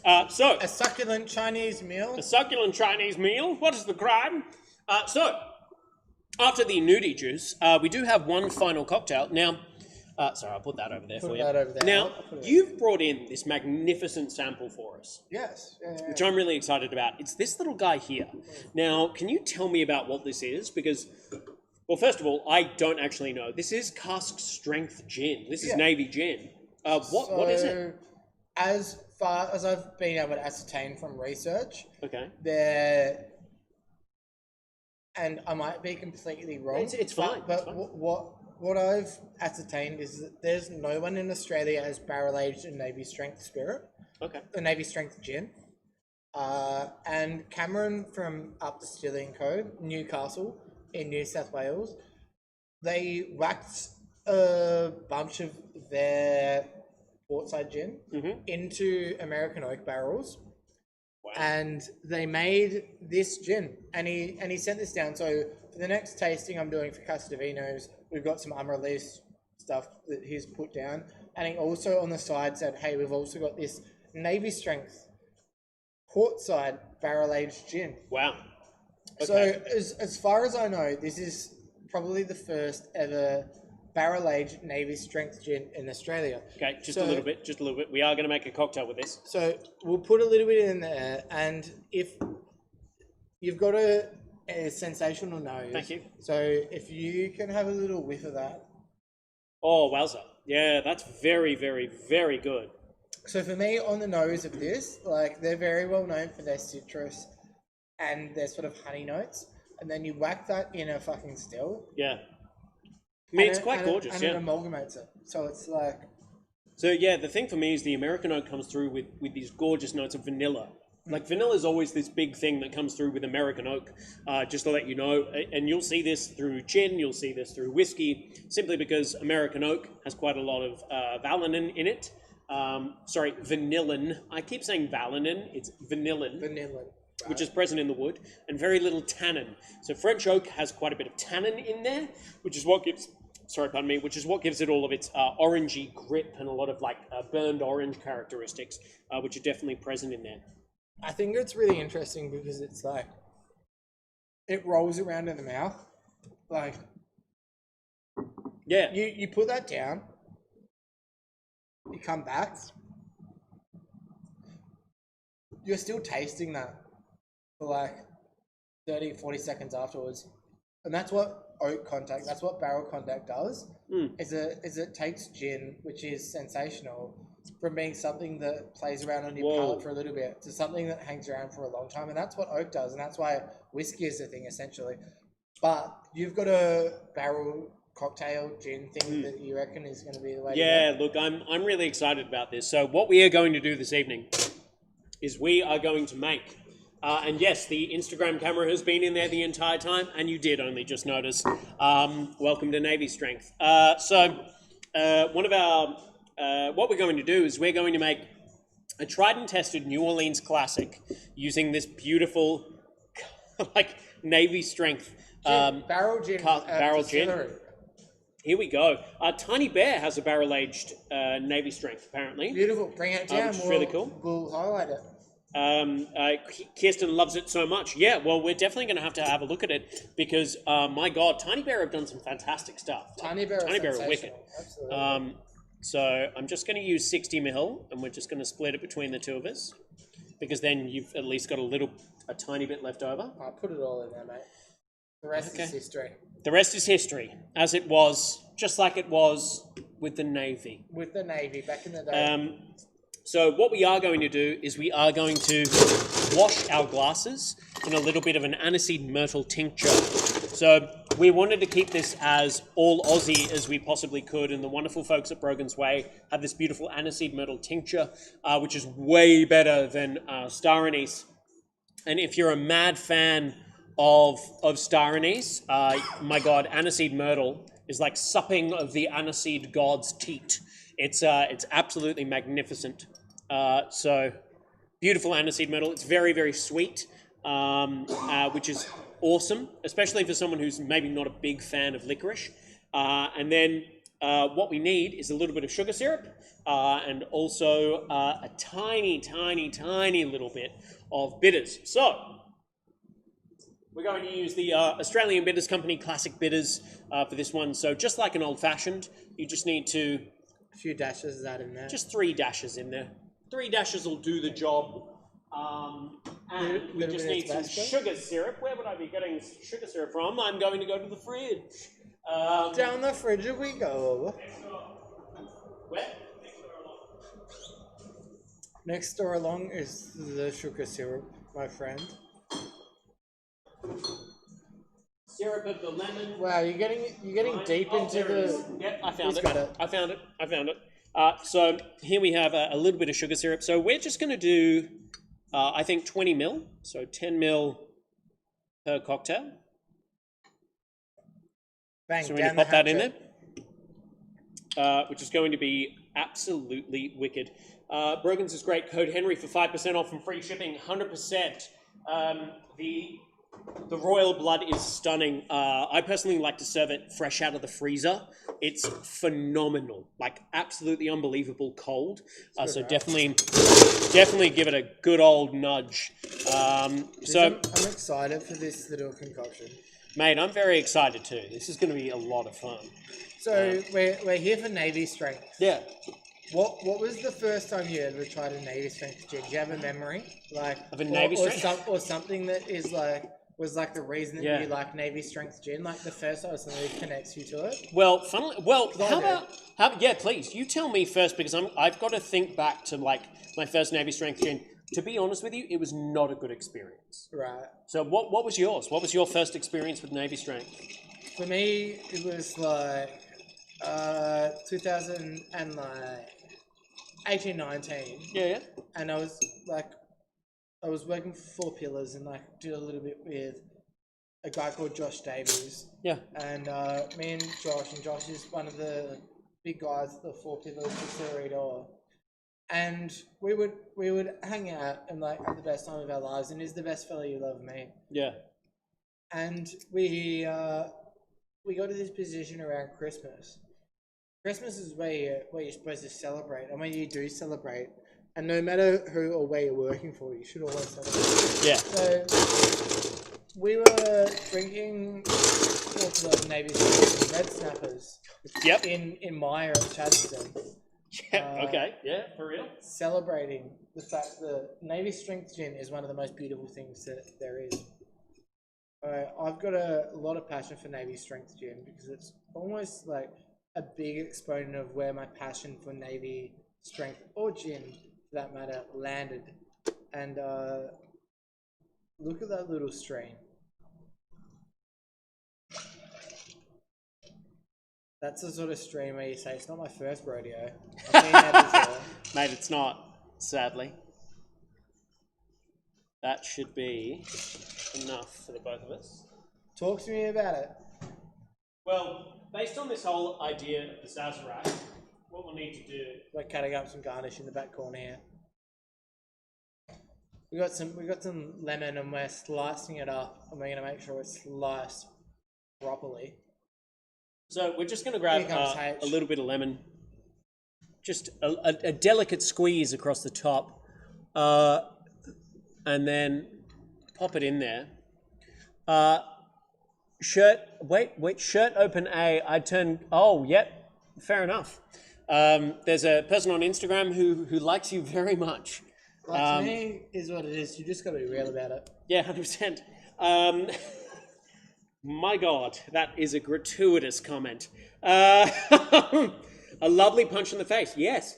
Well, I mean, yeah, absolutely. The worst problem with limited releases. What's happened here? I'm sorry. People are chatting. I was sad to get the only bottle.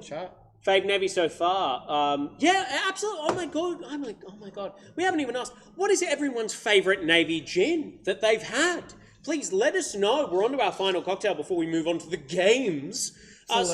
Dude, let us know what your favourite Navy strength gin you've ever had is. And what's what going your on in favourite the chat cocktail is. there? Any fun There's, stuff? I mean, there's tons of fun stuff. Applewood, I'll stop at your big flirt, Kerry. But a delicious punch in the face.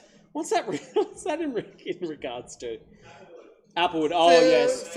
Applewood Navy, yeah. But it's not a limited release. For me, Navy strength gin is I'm too far behind, yeah. It's so fucking sexy. And like, this Navy strength gin from Applewood may well be one of the best fucking Navy strength gins I put in my Come on, you don't have to say that. But you're not. I'm not paying you that much. Let's hide that. No, please. Let's keep it out. But are you ready for this Sazerac style gin cocktail? There's one right there for you. Shall we roll it? Yeah. Are you dual wielding at the moment? You fucking do it. Cheers to the final cocktail of the evening. Cheers to a big ass Monday. My God, we are heading into the proverbial hell that is face quarantine on Wednesday evening. So please, cheers, guys. Cheers to you. It's very beautiful. Can I do a toast to everyone while we're all here? Please. Raise your glass up to you. Let's all raise our glasses. Everybody at home, raise your glasses up. That goes to everyone.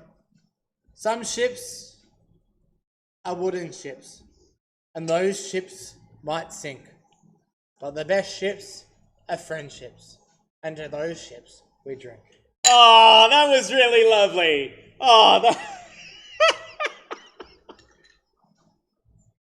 I didn't know where you were going with that as well, so I was really on edge. Whew. That's a damn good drink. It's bloody delicious. It does all right. Drink much, Tom Brace has just said drink much, ha ha ha. Yeah, fair enough. Let's hide that, he says, so he can sneak it out easier. Absolutely. Hashtag lift your spirits. 100%. Double fisting, as it were. Yes, we were double fisting before. But are you? Please let us know what your favorite Navy strength gin is. In terms of my favorite Navy, in terms of my initial Navy strength moment, it was with 4 Pillars Navy strength. Yeah. And I'd been fundamentally in whiskey for a long time. I suppose my initiation to spirit was actually through cognac and Calvados to begin with before I moved into whiskey. Which is fucking bizarre. Yeah, super bizarre. It was a weird time. No one has that trail through there. No, yeah. So I started with Calvados. Calvados was the first thing I got really interested in. Then cognac, and then after cognac, it was whiskey. And then after whiskey, it's been gin. So I've kind of gone this reverse route, which has been really quite strange. But I tasted 4 Pillars Navy Strength, and I thought it was horrific. I remember drinking it, and I just thought, who made this, and why did they do such a thing?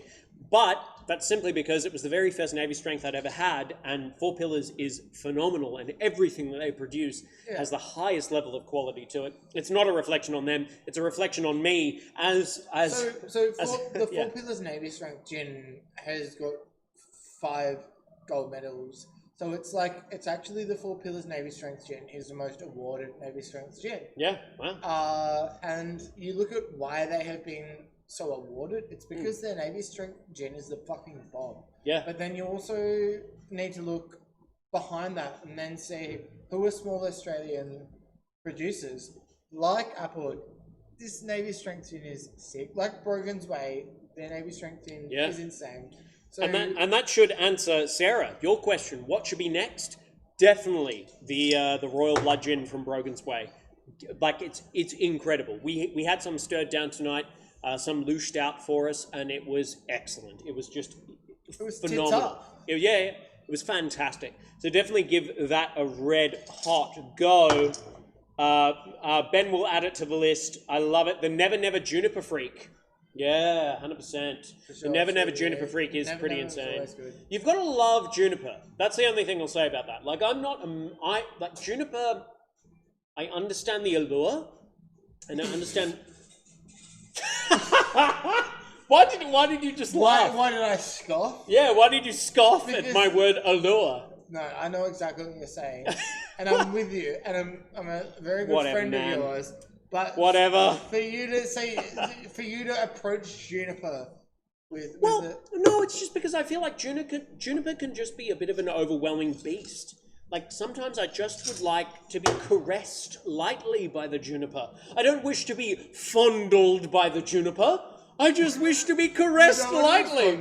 I don't want to be fondled by the juniper. And if you don't want to be fondled by the juniper, please hashtag I don't want to be fondled by the juniper. That would be so the best. we've got pretty close to the end, and then I think I have to make a Oh cocktail man, for you or we've something. got games to go. You're not even yeah. close to the end. Whoa. So, well, here we go. Let's play one of my favorite games in the entire world. It is What's That Bitter Taste in My Mouth? Cue the basketball sirens. Here we go. So, if you haven't watched this before, What's That Bitter Taste in My Mouth is all about demystifying the world of Amaro. Now, we have a mystery Amaro in front of us.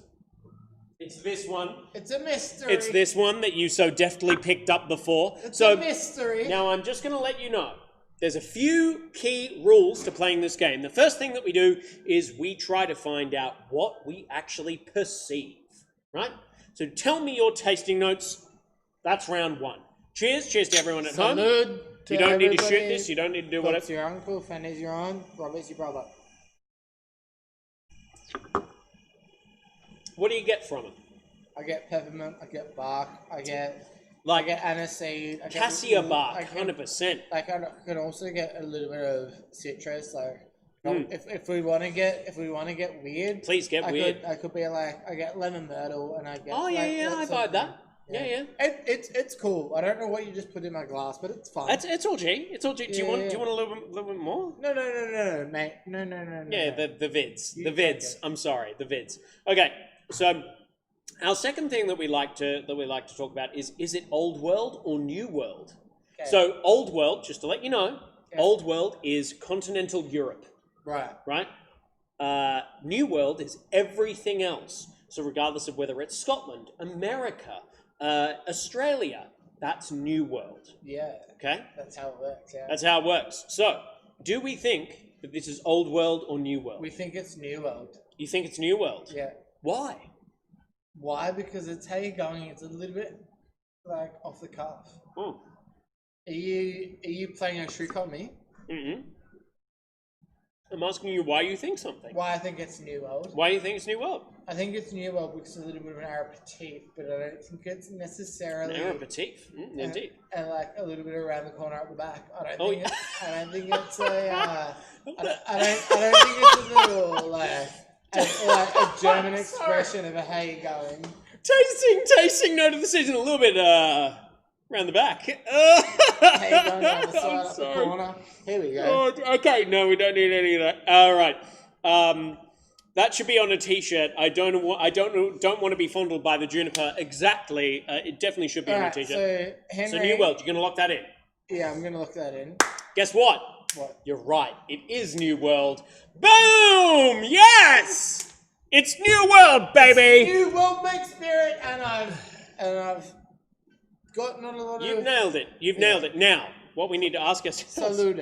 That's my drink, but sure. Well, you're not gonna finish it, are you? I'm not going to. No. You can have it if you wish to.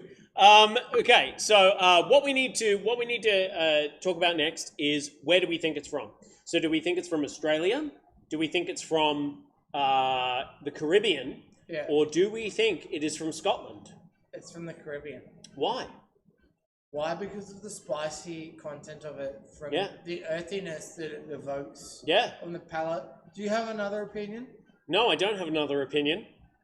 Because you're right, it's from the Caribbean. Yeah, I thought so as well. Okay, and where do you know what it is? Yeah, What? it's the essence of the heart of what makes it so good. Okay, yeah, but do you know the distillery? I want you to tell me. No, I want you to tell want me. you to tell me. No, No, you, no, not me, no, you. No, seriously, No. like, do you have an idea? Do you actually like go I've like? got a vague idea, and it might be around the Northern one. Do it. Tell me. No, you tell me. No, we're live. You tell me. What do you think it is? Does it have anything to do with the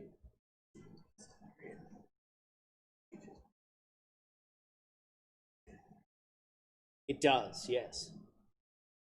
Yeah, I can't believe that you got that right. Guys, dude, this is amazing. Because it's Amaro de Angostura! Hey! Holy shit, well done! Oh my god! I can't believe that you actually got that right. Well, at the end of the day, column A, column B. Jesus fuck. But yeah, Amaro de Angostura, it has a lot of those Angostura, like cassia bark notes, for sure, but it's a bit more rounded, a bit more full, which is always a lot of fun. Now, again, for those of you who do not know what tonight's next game is about, get ready. Because, sorry, John, just give 2 seconds. Get ready. I'm on the screen. We got to get ready for the next big thing that's going to happen. Yeah, this is very true. So, here we go. Just give me a second. Sorry, man. All right, sorry about that, guys. We were just going live on the Instagrams. Alrighty, now for our final game this evening, it's called. Yeah, Tom, I can't believe he's standing either. He's having a good time, that is for sure. You need to turn it. Stop touching me. COVID, terrific. Funniest home cocktails. Here we go, guys. It's time for Australia's Funniest Home Cocktails. If you have not watched this segment before, it is all about copying the wonderful drinks of Janae Niesonger. And to be perfectly frank with you, they're not great. But we are going to give them professional tasting notes. So, what you need to do... Here we go. Is get ready. So what you need to do is you need to copy this drink. We're going to play this entire video for you. And then you're going to copy this drink and you're going to make it. Yeah. Okay? Be prepared. Alrighty, and we'll have a little look. There we go. Are you ready? Yeah. Okay, now watch this video. I'm going to get everything ready for you. Watch the video. I'm watching. Hi, I'm Janae from Mahalo.com, and I'm going to teach you how to make a Jaeger cocktail. Shit. The Jaeger cocktail is a black licorice sparkling cocktail. Quite delicious if you like black licorice. You only need 2 ingredients. Jägermeister, of course, I don't think and champagne. A Jaeger bottle. What you're going to do is pour about 1 ounce of your Jägermeister into a wine or champagne glass, and then fill the rest of it up with champagne to give it a nice sparkle. And then you're all ready to enjoy. Do you pause this? Yeah. I paused it. Yeah, we're up to the... I know where she's up to. Yeah. Uh-huh. Sure. So, for this evening, we have introduced you to Pelinkovic before, and it's very, very good. It's the better half of Jägermeister, but we are going to do it. So, what were the measurements? Do you remember the measurements? Yeah, she said 45 to 75 of the. Okay. So let's start from the start, just for how you're going sake. Okay, yeah, sure. Like this cocktail doesn't actually involve too many combinations. It's just like a small combination of certain things. Absolutely, it very much is. Hit the space bar, Henry, and let's see what's happening. Hi, I'm Janae from Mahalo.com, and I'm going to teach you how to make a Jaeger cocktail. No, you make me a cocktail. The Jaeger cocktail is a black licorice sparkling cocktail. You make me a cocktail. All right, like black licorice. Please. You only need 2 ingredients. Jägermeister, of course. Can I get another one of these? And champagne. What you're going to do is pour about 1 ounce of your Jägermeister into a wine or champagne glass. 30 mils. Yeah. And then fill the rest of it up with champagne to give it a nice sparkle. How is that equal? How is that equal? All right, we'll fill it up. I was going to take a little bit out. All right, that's there you go. And then the rest up with champagne. And the rest up with champagne. And then what do they add and then some we other drink. Shit in there? No, that's it. That's the Jaeger cocktail. Keep playing it. No, that's it. Is that it? And then you're all ready to enjoy. And that's how you make the drink. Cocktail. Jägermeister with champagne. Yep.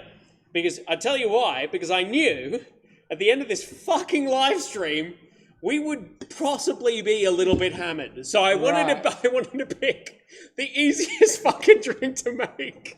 Which was Jägermeister Jesus. and fucking champagne. Exactly. So can confirm not driving. Yeah, there's 100% Ubers being ordered. Henry, can I salute to you? Can I say thank you to everyone who has joined on my behalf? Absolutely, you can. Cheers. Cheers to everyone at home. My God, I can't believe we're doing this, but we are going to.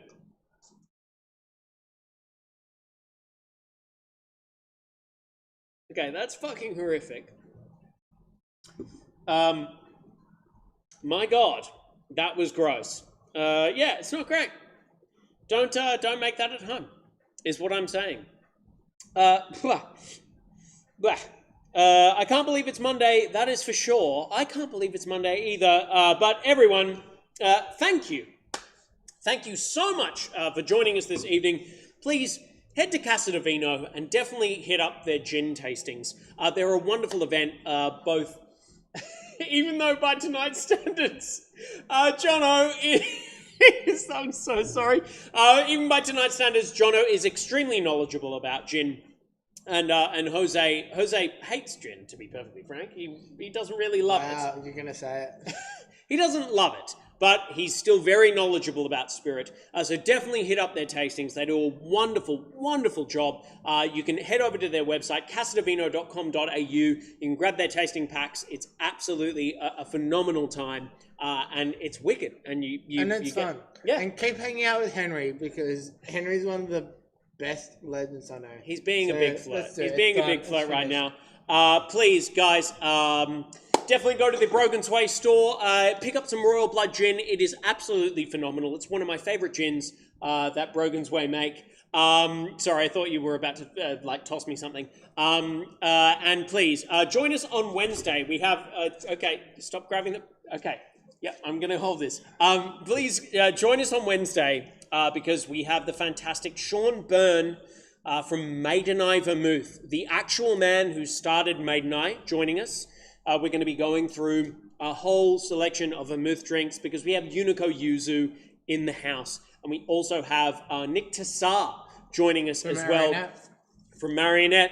The man himself, the actual fucking faux shiz owner, and also Will you be a bringing the phenomenal guy. pineapple? I will be bringing the pineapple along, yes, I will. Yeah, so please join us for that. That will be Wednesday at 6:30 p.m. Good night, Jono. He's just decided to leave. Thank you so much for joining us. I do believe Jono is going to the bathroom. Enjoy and have a sensational night. Jesus Christ. That was not planned. Thank you again. And we will see you on Wednesday. The drunk cowboy, I don't think will be back. To be honest, Tom, I think he's gone. Oh my God, I'm gonna have a fucking stiff drink after this. Thank you so much, guys. As I said, enjoy. Bon voyage. I hope you enjoyed tonight's stream, and good night. Oh, that's nice. Sacred stone. Oh, this you crazy mother.